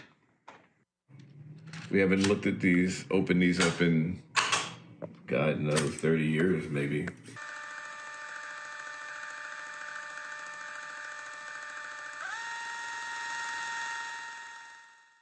My name is Nelson George. I'm an author and filmmaker. I've done a number of books about African-American music in America, including Deaf Rhythm and Blues, The Hippest Trip in America, about the TV show Soul Train, Hip Hop America, and Where Did Our Love Go? The Rise and Fall of the Motown Sound. In addition to that, I've done a number of documentaries over the years that have focused on African-American achievements in America, including Say Hey Willie Mays, about the great baseball legend, and Thriller 40 about the making of Michael Jackson's landmark album. Now I'm embarking on a long overdue project, which is to document the making of this incredible photograph that was shot by Gordon Parks. This is arguably one of the most famous photographs in the history of hip hop. And I was there that day, along with a film crew documenting that day. There's been bits and pieces that have ended up on the internet, but there's a lot more content that everyone's ever seen, including myself. After many, many years, I have found these digital video cassettes, as well as one little 8mm cassette that captures the day that Gordon Parks took that photograph. This is actually a camera that I use to record a lot of the activities leading up to the photo shoot. What I'm trying to achieve ultimately is not just to do a document of a great photograph, but to sort of contextualize that photograph in the history of hip hop. This was 25 years into the history of hip hop. And most profoundly, we're in the aftermath of the murders of Tupac Shakur and Christopher Wallace, which had a profound impact on why so many artists wanted to participate in this sort of picture of unity. I need your help in getting this project off the ground and to hopefully honor all of these different threads of American history that occurred in front of 17 East 126th Street in Harlem, USA.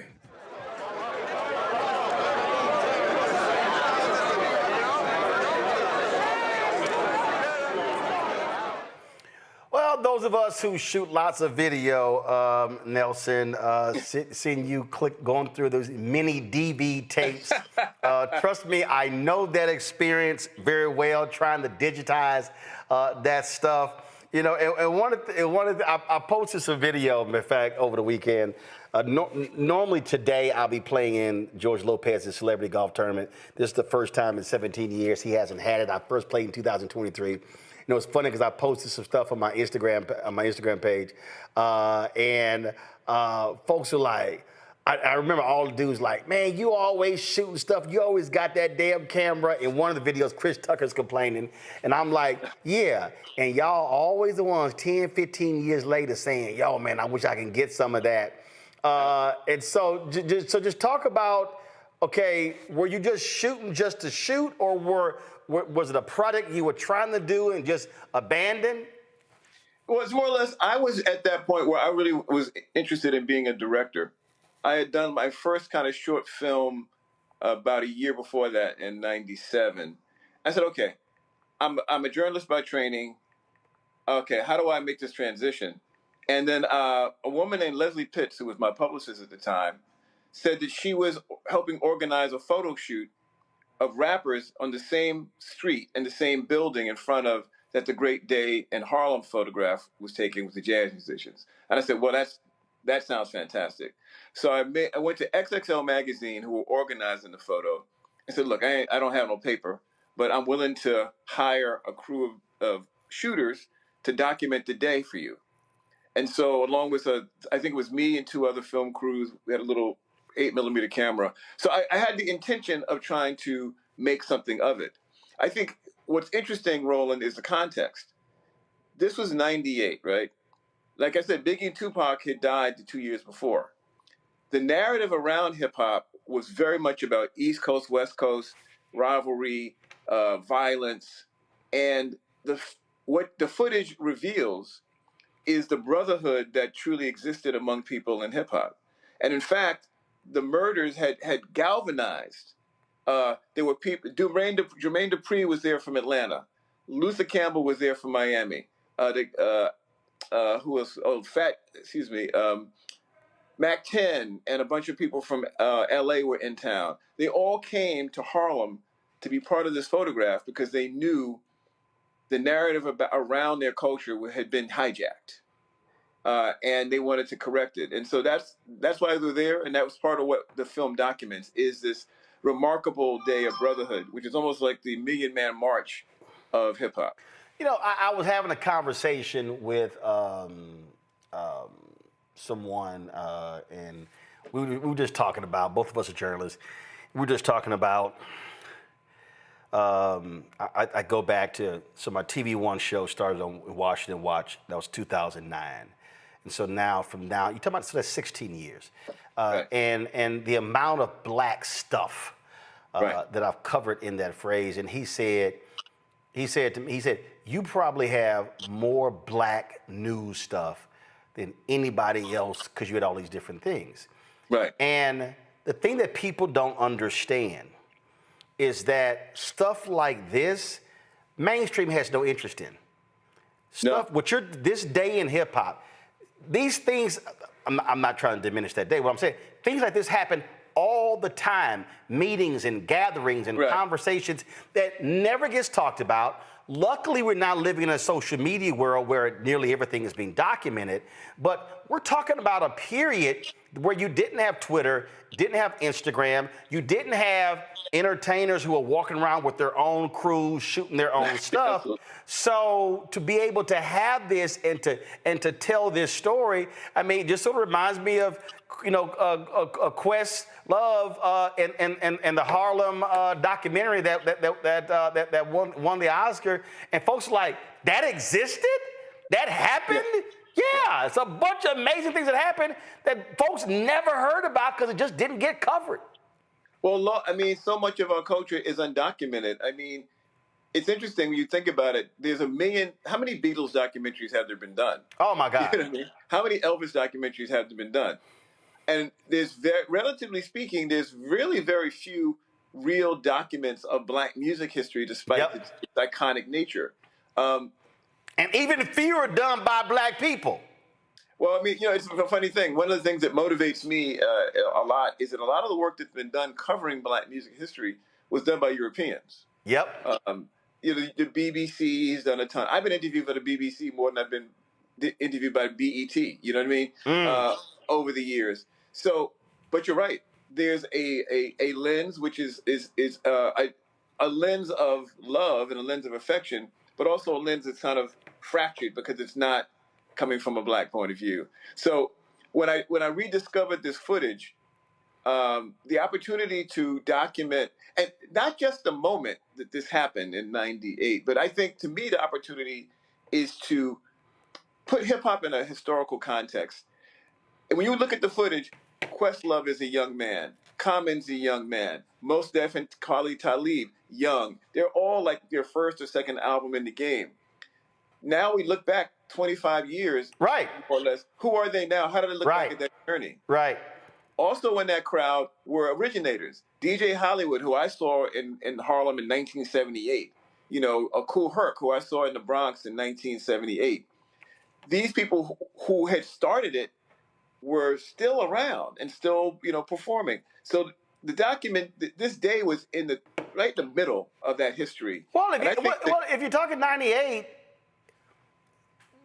the OGs were only in their mid-30s. Yeah. So you had mid to late 30s, and then you got this next wave. So really, what you were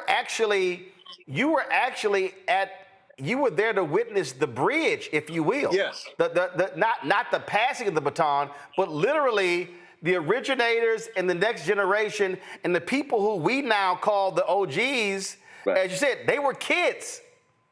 I'll tell you a funny thing. The funniest moment in the whole thing is trying to organize 177 MCs, dancers, to get organized was a mess. I mean, Gordon Parks was not having it. The person who was most effective in organizing the group turned out to be Kool Herc, who is generally acknowledged as the originator of hip hop from 1973. So the fact is that he, at that point, had such respect within the group. Right. I doubt that any of the kids who are making hip hop now know who Kool Herc is. So hold on. So I want to go back to that. So was Gordon Parks there to specifically shoot this photo? Absolutely. All right. And now, was this a summit? Was it a meeting? Was this photo at the end of a long day collaboration? So, like what was the gathering for? So XXL magazine was a young hip hop magazine, which make their name. They had just been out maybe a year. So the source is super established. Vibe magazine has Quincy and Time Warner's backing. They were trying to make a name for themselves. So someone had the idea, well, the spot they shot that 1958 jazz photo, if we gathered rappers there, that would be iconic. If we got Gordon Parks to do it, it would even be more iconic. Right. And really, Parks' willingness to participate, I think, was crucial in making so many people show up. Right. After the photo was taken, there was a line of MCs with photo books of Parks, with different memorabilia, getting his autograph. He was, because Parks' connection to Harlem goes back to 1948. Right. When he shot for, the first thing he shot for Life magazine was a portrait of Red Jackson, a black gangster in Harlem in 1948. That's how far back his connection goes. Then, of course, there's Shaft, which was a seminal movie for everybody in that picture, right? So the fact that Gordon Parks was there documenting their movement, that was a seal of approval that everyone could relate to. So all these folks there, Gordon's trying to get them, and he's at wit's end because what are they doing? Are they just laughing, talking, joking around? And it was the biggest hip hop networking event of all time. So he's there to shoot this photo, and he is not trying to be there all day. Oh, well, here's the other part of the story that the film documents. They wanted to shoot the photo, let's say, around 1 o'clock. But trying to organize all of those artists, get them organized on those steps, as you watch the photo, when you see the photo, you notice there's a dark line that's up on most people's chest. Right. That's because they were losing the light. Wow. If they had not gotten that photo, they basically barely got the photo in. And what's funny, here's an example of what happened. They're waiting to shoot the photo. They're trying to get it organized. Run of Run DMC is late. Run comes up the block, and obviously he gets a big ovation because he's Run. And he's a hero to so many people. But Run wears his trademark hat. He's not in the final picture because that trademark hat blocked out his face. Wow. Because the light was coming so far. I'll tell you another thing we have footage of. There's one person who was late for I hate to say this because I don't want to make fun of her, but Lauryn Hill was late. Okay, go ahead. And so the organizers are trying to wait until she arrives, but she comes just after the last photo's taken. And so she drives up in a red car, driven by Rohan Marley, actually. And, she missed it. See, first of all, this is also why I love backstories because it's stuff that you never even know about. So you want to do, so you're purposely choosing to crowdfund. Right. Your goal is to raise 85. Right Go ahead. Yeah. My goal is to raise as much as I can. I don't necessarily think we'll get that number, but No. Hold on. No. See, Nelson. I'm wrong, huh? No, Nelson. Hold up, bro. Nelson, you don't quite understand this show. Okay. First of all, we don't say that. Okay. I love that. No, Nelson, we don't say that. On March 4th, when we covered that night, Tiffany Lofton said we're trying to get these Florida A&M students to this conference.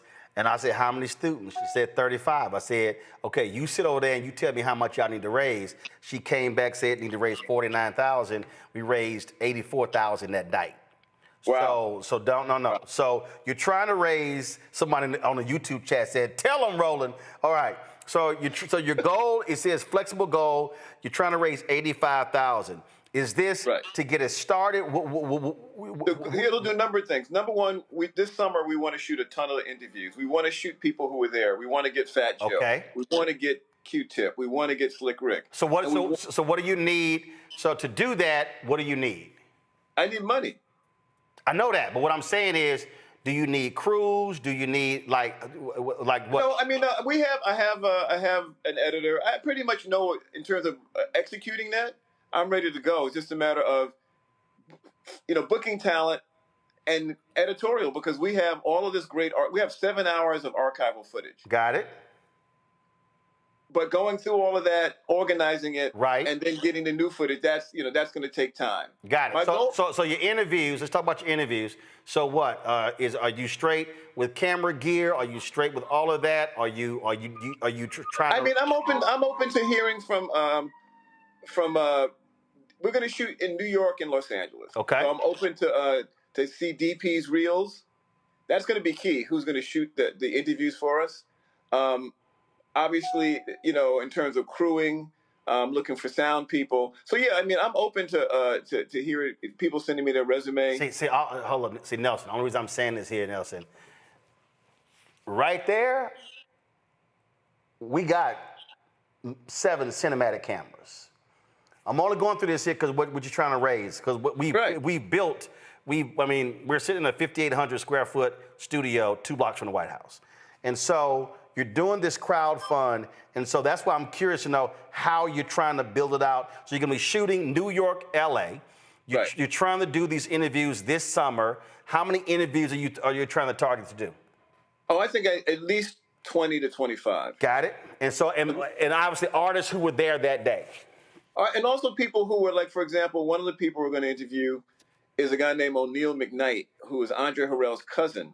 Got it. The late Andre Harrell's cousin, who's one of the people who snuck into the photo. So he snuck into not the photo shoot, in the photo. Oh, he's in the photo. Yeah, he's standing. You can see his head popping up in the back. So I mean, so that's part of the story. People who got there and snuck in. The woman who owns the building, 17 East 126th Street, is a really interesting woman. And what's interesting about this, the jazz photo, go back to 58, right, is that started a whole thing. The idea of Great Day, there's photos that have been taken in London. There's photos that have been taken in LA. There's photos that have been taken in Denmark. That tradition of the Great Day that started on that block has continued on. In fact, Bill Clinton, when he moved that office to Harlem back after he left the presidency. Well, actually, just after the Republicans refused to fund the office in Manhattan, then he chose Harlem. Go ahead. He did a photo shoot with a Harlem baseball team and a bunch of activists in Harlem in front of the same building. Gotcha. So it's that building itself and Harlem. I tell you one thing that's interesting about that I want to get at also in the film is Harlem itself. Right. When you look at the actual 58 picture, the buildings look a certain way. 98, the place is wrecked. That building is jacked up. Mm-hmm. Its hole is there's no windows. Now that block has been gentrified. Yep. And in fact, the building that we used back then in 98 to house everybody and organize it is gone. The church is gone. Now it's a condo. So it's also a look at Harlem itself through this prism. So we're definitely going to do some location shooting in Harlem and interview some of the people who still live there. So for me, it's a chance to document American history. Yep. And when everyone says, well, it's Black history, it is that. Yeah, but it's still American history. Gordon Parks is an American icon, period. Indeed. Questions from our panel. Omi Congo, you're first. It's an honor to talk to you. I'm a big fan. I teach global hip hop and resistance, and so we're always watching work. Yeah, up at American University, and so I'm hoping you'll come down to our campus and screen it once it's ready.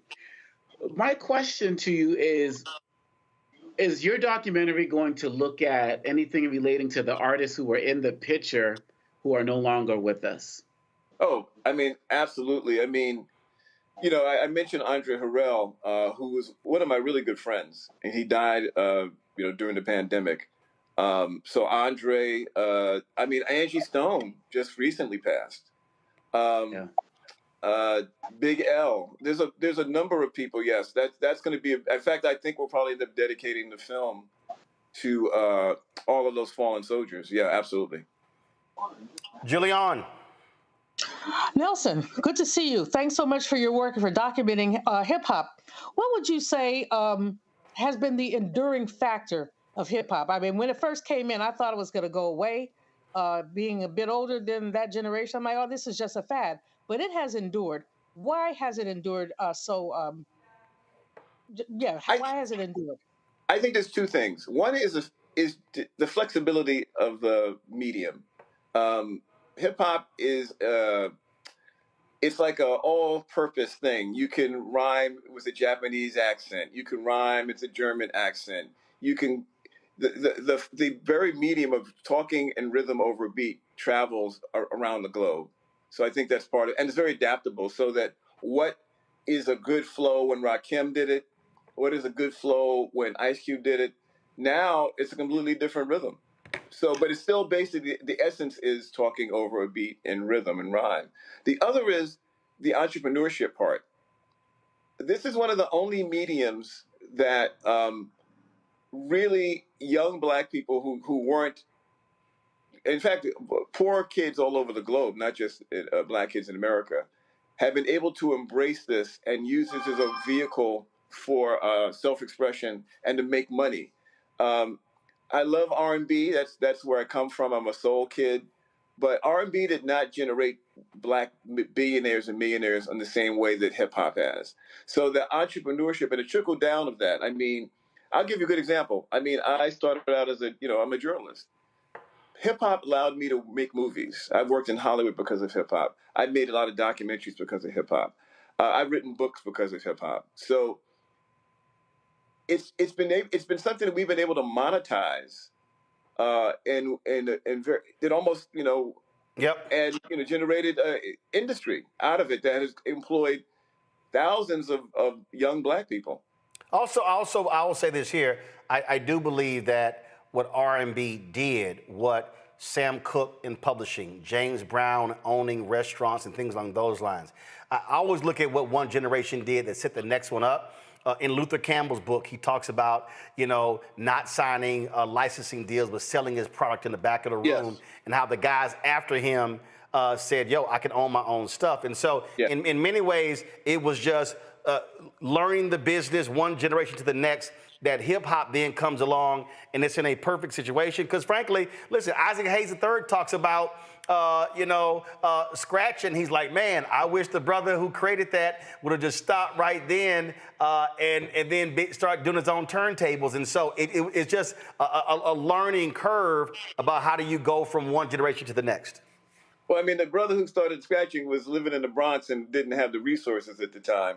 But the people who came after him, beats, audio, all those kind of things that we have, the kind of entrepreneurship that hip hop has manifested has been, I think that's one reason it's managed to survive, because it has become such an integral part of how people think about entrepreneurship and owning a business. It's just, it's been a huge, I've never heard the idea of CEO became like a catchphrase in the culture. Mm-hmm. Indeed. Folks, this is so if y'all go to Indiegogo, so I want everybody who's watching right now to go to Indiegogo, INDIEGOGO. I want you to type in A Great Day in Hip Hop, the film.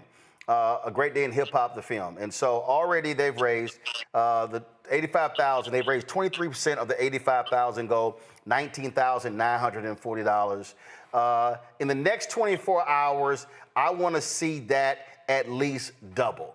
And so if y'all want to see this film made, Nelson, once it's done, where do you plan to show it? Do you plan to, do you want to be on, a streaming service? Do you want to be on a black-owned platform? Are you already thinking that, or your focus right now? Let me just get the interviews in a can.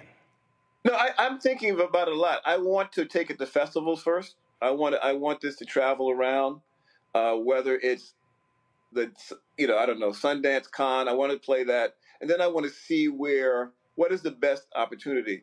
Is a streamer really the best deal? Got it. Because one of the reasons I actually wanted to start this was crowdfunding, was that quite honestly, you look at what's going on. There's been a shrinkage in the marketplace. Yep.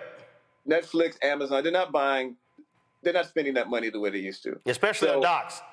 Absolutely. Especially things that are not necessarily driven by youth IP, or big brands. So I feel like controlling this, because as you manifest on your show, there's so many different ways to monetize these days that didn't exist before. Yep. So I'm going to be open to see what's available. Number one is to make it and then show it to people, take it around, and then see where we go, as opposed to making a commitment. Yep. The old model of playing a film festival and selling it to a streamer is just now one of many ways to monetize. Indeed, indeed. So, folks, go back to my iPad, Henry. So you see here, y'all, it's called Pick Your Perk. They have different perks here. And so for $15, film credit, $30, a digital color image, Nelson George mixtape Zine, $50, digital download of the film, $75, talk music with Nelson, a group conversation, not a one-on-one, a 30-minute Zoom, $150. Lunch and site visit with Nelson, $750. I would actually raise it to $1,500, but that's just me, Nelson. I'm just saying, that's just me. I would raise it. That'd be a little higher. Lunch and a site visit. In fact, I would push that to $2,500 and only do 10.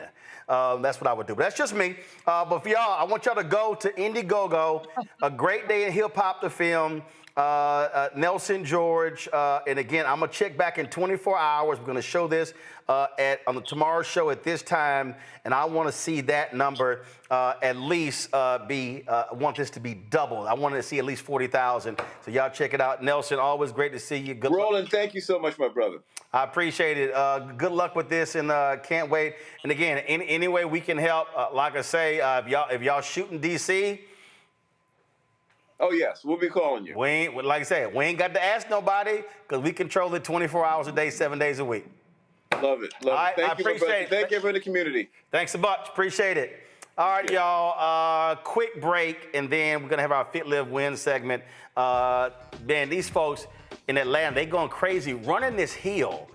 It's now blown up crazy. We're gonna show y'all. We're gonna talk to them next, right here, Roland Martin Unfiltered on the Black Star Network.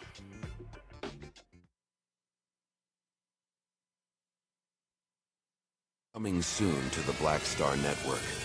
In France, me and Tony, and accidentally went to the Louvre, right? But I had never been, and I saw a side door. And we got off the little bus. I said, come on, let's go to the Louvre. I mean, I'm just like, let's go to the Louvre, right? We're here. This black girl is at the door with this white guy, black African girl. And she says, oh my gosh, Vanessa Bell Calloway. And I'm like this, you know me? And come to find out we were at the wrong door. But she said, I'm gonna let you in, just go in here. But I was in Paris, France. Mm-hmm. And that shocked me. She knew my name, she knew me. She knew my movie. Mm-hmm. You know, so it's like, you just gotta, they say, build and they will come. Put it out there, people will find it, they will come.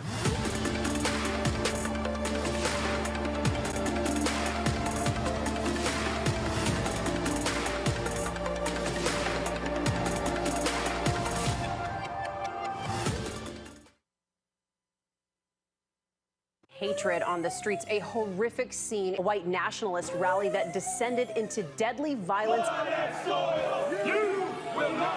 White people are losing their damn minds. As an angry pro-Trump mob storms the U.S. Capitol, we've seen shootings. We're about to see the rise of what I call white minority resistance.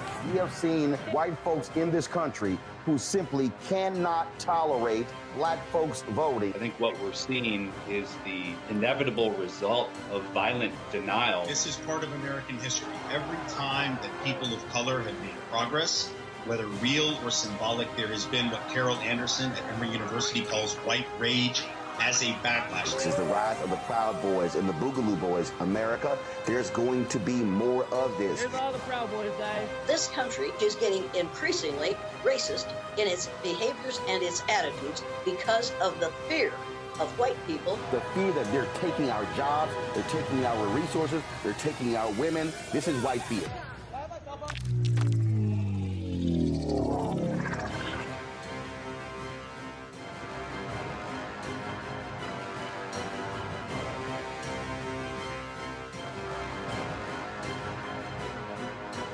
Hey, what's up, y'all? I'm Devon Franklin. It is always a pleasure to be in the house. You are watching Roland Martin Unfiltered. Stay right here.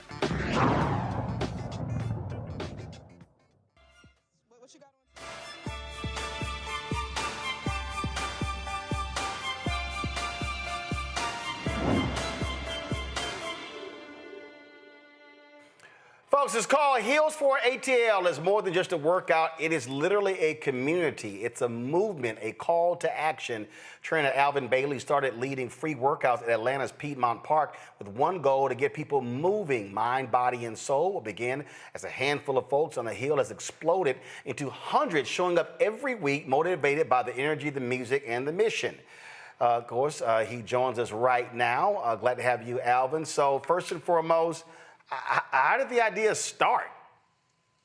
Yeah, thank you guys for having me. So the idea just kind of came about, right during COVID, trying to get back outdoors, trying to stay active, and just trying to build community at the same time. I had just moved here from Miami, so trying to build community and find just, like-minded people was very important for me, and Hills was it. And so, what day does this happen? I was on social media. I came across the video playing right now. A couple of sisters came out, and this was like a year ago. And man, you see the numbers, and it's crazy. So what day did this thing start? Yeah, so we're at Wednesdays we got two classes on Wednesdays. So we got 7:30 a.m. and then 6:30 p.m. So we got two options, and that was actually our first class. So our first class was on Wednesday. So like now we've grown to like 5 days a week, 7 classes a week, all for free. 5 days a week? 5 days a week, every day but Monday and Sunday, we rolling. All right, so how does this work? Does anybody show up? Do they have to register? And what's the process? Yeah, so basically, we do get a lot of our news out through our Instagram, but we do have an Eventbrite, and that's actually where people come and sign up at. It's an easy step, two-step process to sign up. I'll just kind of give you the ideas, the information where to park at, what to expect when you come to the class, kind of what shoes to wear, just all the good information like that. And like that link is in our bio inside of our Instagram, and that's typically where, like I said, you can register and find all the information you need. What's the most people you think you've had running the hill on a day? Probably between 500 and 600 for sure. So our Wednesday is our biggest class. We just started year 5. So to see the growth has been incredible. And I think, just watching it go from just a few people to now, having 500 people, on Wednesday evening is amazing.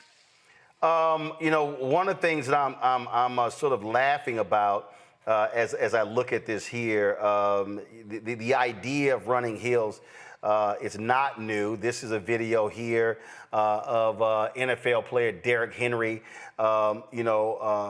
running hills. Jerry Rice was known for this. Walter Payton was known for this. And so this is something that a lot of athletes have done. Why? What makes this so different and unique than traditional training? Yeah, you named some of my favorite athletes, and that's honestly where I first heard about it. I grew up playing ball as well myself, and I think that reading those stories about Jerry Rice and how he's running the hill and running the mountains and all these different places is definitely inspiring. I think for me, hills is one of the safest workouts you can do because of the incline. So, you go at your own pace, and it's kind of, you can walk the hill and still get a great workout. Some people just walk on the treadmill on the incline, and, they're still getting a good workout. So I think it's safer. I think the energy is there. I feel like when you build in the community and you get people doing it with you, it's always just adding to it, This is, and so, okay, so how long are y'all doing this? Do you have an hour? Is it 2 hours? Is it shorter? How are you doing it? Yeah, so all of our classes are 1 hour, so 60 minutes of fun, great energy. Like I said, it's with us having so many new people and new faces as it goes. Like we have people who've been around for 5 years. We have people who just started. This really is a go at your own pace type workout. So we go from March all the way to November. So we're pretty much almost year round. Gotcha. So this here is this is a photo I'm showing right now of Walter Payton when he was doing his heel training, and again was very well known for doing that. And I think that this probably was the one who introduced this to a lot of people, the heel training. I'm going to go to my panel here. Now, I'm telling you right now, Julianne Malveaux ain't no way in hell she going to get out there run no heel. So I'm just letting you know. So Julianne ain't going to walk a heel. She might cuss a heel. So Julianne, go on with your question. First of all, let me correct the record. I grew up on a hill in San Francisco. When I go home, I walk 3 blocks up the hill, 3 more blocks to get to the road, and then I walk around it. I said you ain't running up no hill, but go ahead. You're right about that. I will not be running up a hill.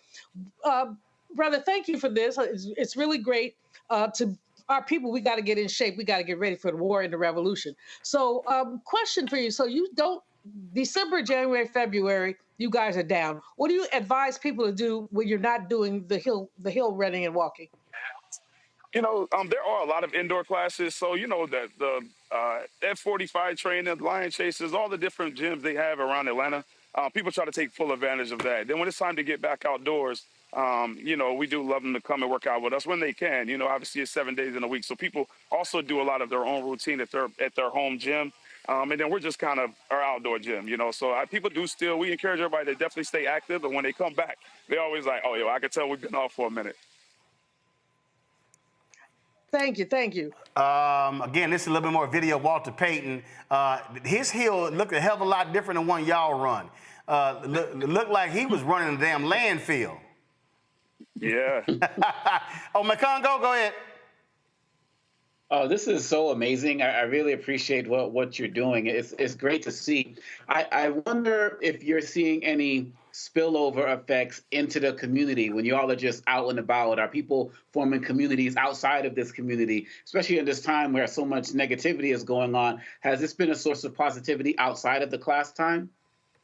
Yeah, that's been one of the best parts, honestly, and I think that's the most rewarding factor for me. I think when you're walking down the Beltline and you see people from Hills just hanging out, that they met at Hills. Even myself, I've met some of my best friends at Hills.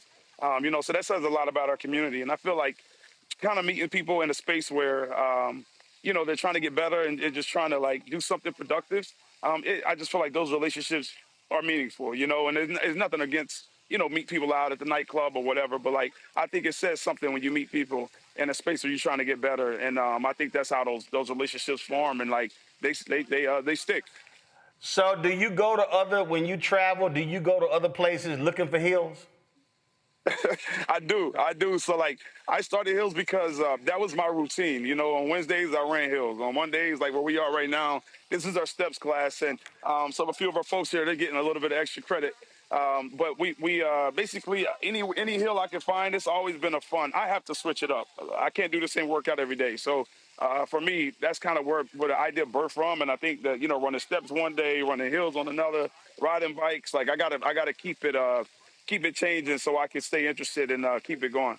Well, I found this video of Jerry Rice running some hills, and that's pretty damn scenic where he was running. So that's in Southern California, but it certainly is a huge workout. If folk want more information, where do they go? Yeah, the best way is the Instagram. It's just Hills for ATL. It's HILLS, the number 4, ATL. And we're growing, and we're hoping that we can keep it going around the country, even outside the country. So we on the move, and hopefully we can get to Houston and the Dallases, the New Yorks, the DCs, all around. So I play golf, so I ain't got a problem walking hills. I done walked many a hilly golf course, but running is in fact I played the last 3 days and walked all 3 rounds. So that's a different deal, and trust me, it is no joke. So last question: what do you advise people to do before they get up there? Because some folk think they used to be athletes, and they don't realize the older you get, you're gonna have to do some damn stretching. I keep my massage gun in my backpack, so you got to loosen some stuff up before you decide to get your ass out there and think you Jerry Rice, Walter Payton, Derrick Henry running them hills. Absolutely. The prep is very important, and I think even getting to class, 10 to 15 minutes early, doing your own little stretch, and then when we do start, let's say if class starts at 6:30, our first 10 to 12 minutes is all warm up. So we're gonna make sure you're good and loose. But I take it y'all got some emergency people standing by. Yeah, absolutely. That's the great thing about our community. We have so many first responders and people that come out to work out as well. So, and honestly, people, they're like, wow, what is going on over there? And they, at Piedmont Park, we have a presence. We have all of our workouts. We have a presence there. So like that's the fun part. I want to keep everybody safe. That's most important. There you go. So Julian, you good. So you going out there. They got the first responders waiting on you, Julian. So well, you ain't right. You ain't right. You ain't right, but you know I ain't lying. I take help wherever it comes from. All right, then. Well, Alvin, congratulations. Continued success. I really appreciate it. Thank you all for having me. I appreciate it. Thanks a lot. Folks, we're going to close the show out remembering a couple of great legends. One of them, professional golfer Jim Dent, huge trailblazer. What's so amazing, I was on a golf course Saturday, and I was talking to a brother, retired two-star general. We were talking about black golfers, and I mentioned, I was trying to remember players who on the senior tour, and I mentioned Jim Dent, and I literally go to my phone and realize that he died Friday. Longtime PGA Champions Tour pro.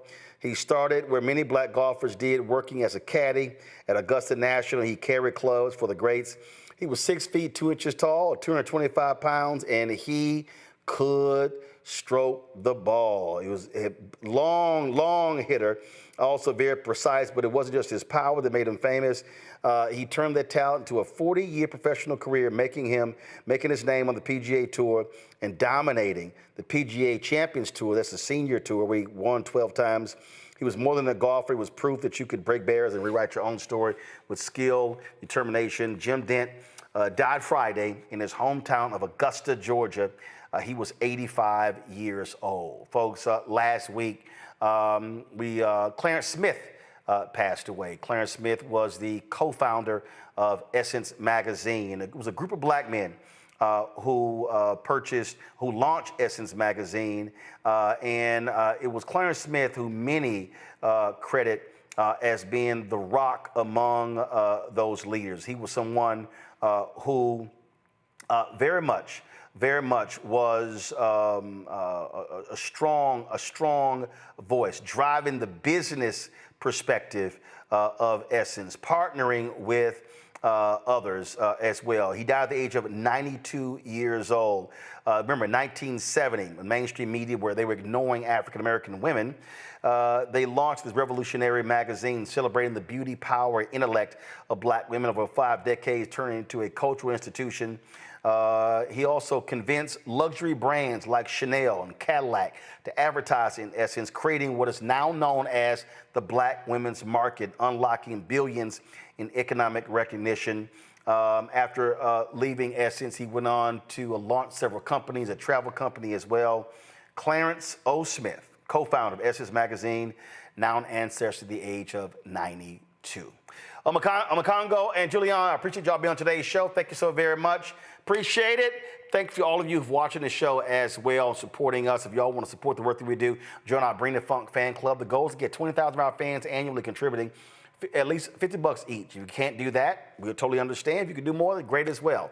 We purposely do not charge a subscription fee because we want the content widely available to as many people as possible. We're on our YouTube channel, our Black Star Network app. We podcast the audio from the show as well. We break the segment into clips. We share it on all social media platforms. And so it's all about being able to push news and information out, not gossip, not a bunch of mess. We don't care about no housewives show. This is about the stuff that matters to our people and recognizing amazing people. And so if you want to contribute via Cash App, this is how you do so. Use the Stripe QR code. You see it right here. If you're listening, go to blackstarnetwork.com for the QR code. Also, if you want to send a check and money order, make it payable to Roland Martin Unfiltered. Roland Martin Unfiltered, P.O. Box 57196, Washington, D.C. 2003 7-0196. PayPal is R Martin Unfiltered. Venmo is RM Unfiltered. Zelle, Roland at RolandSMartin.com, Roland at RolandMartinUnfiltered.com. Download the Black Star Network app, Apple phone, Android phone, Apple TV, Android TV, Roku, Amazon Fire TV, Xbox One, Samsung Smart TV. Be sure to get a copy of my book, White Fear, How the Browning of America is Making White Folks Lose Their Minds, available at bookstores nationwide. Get the audio version I read on Audible, which you can also do, of course. You can also get our swag, Roland Martin Unfiltered, the Black Star Network swag.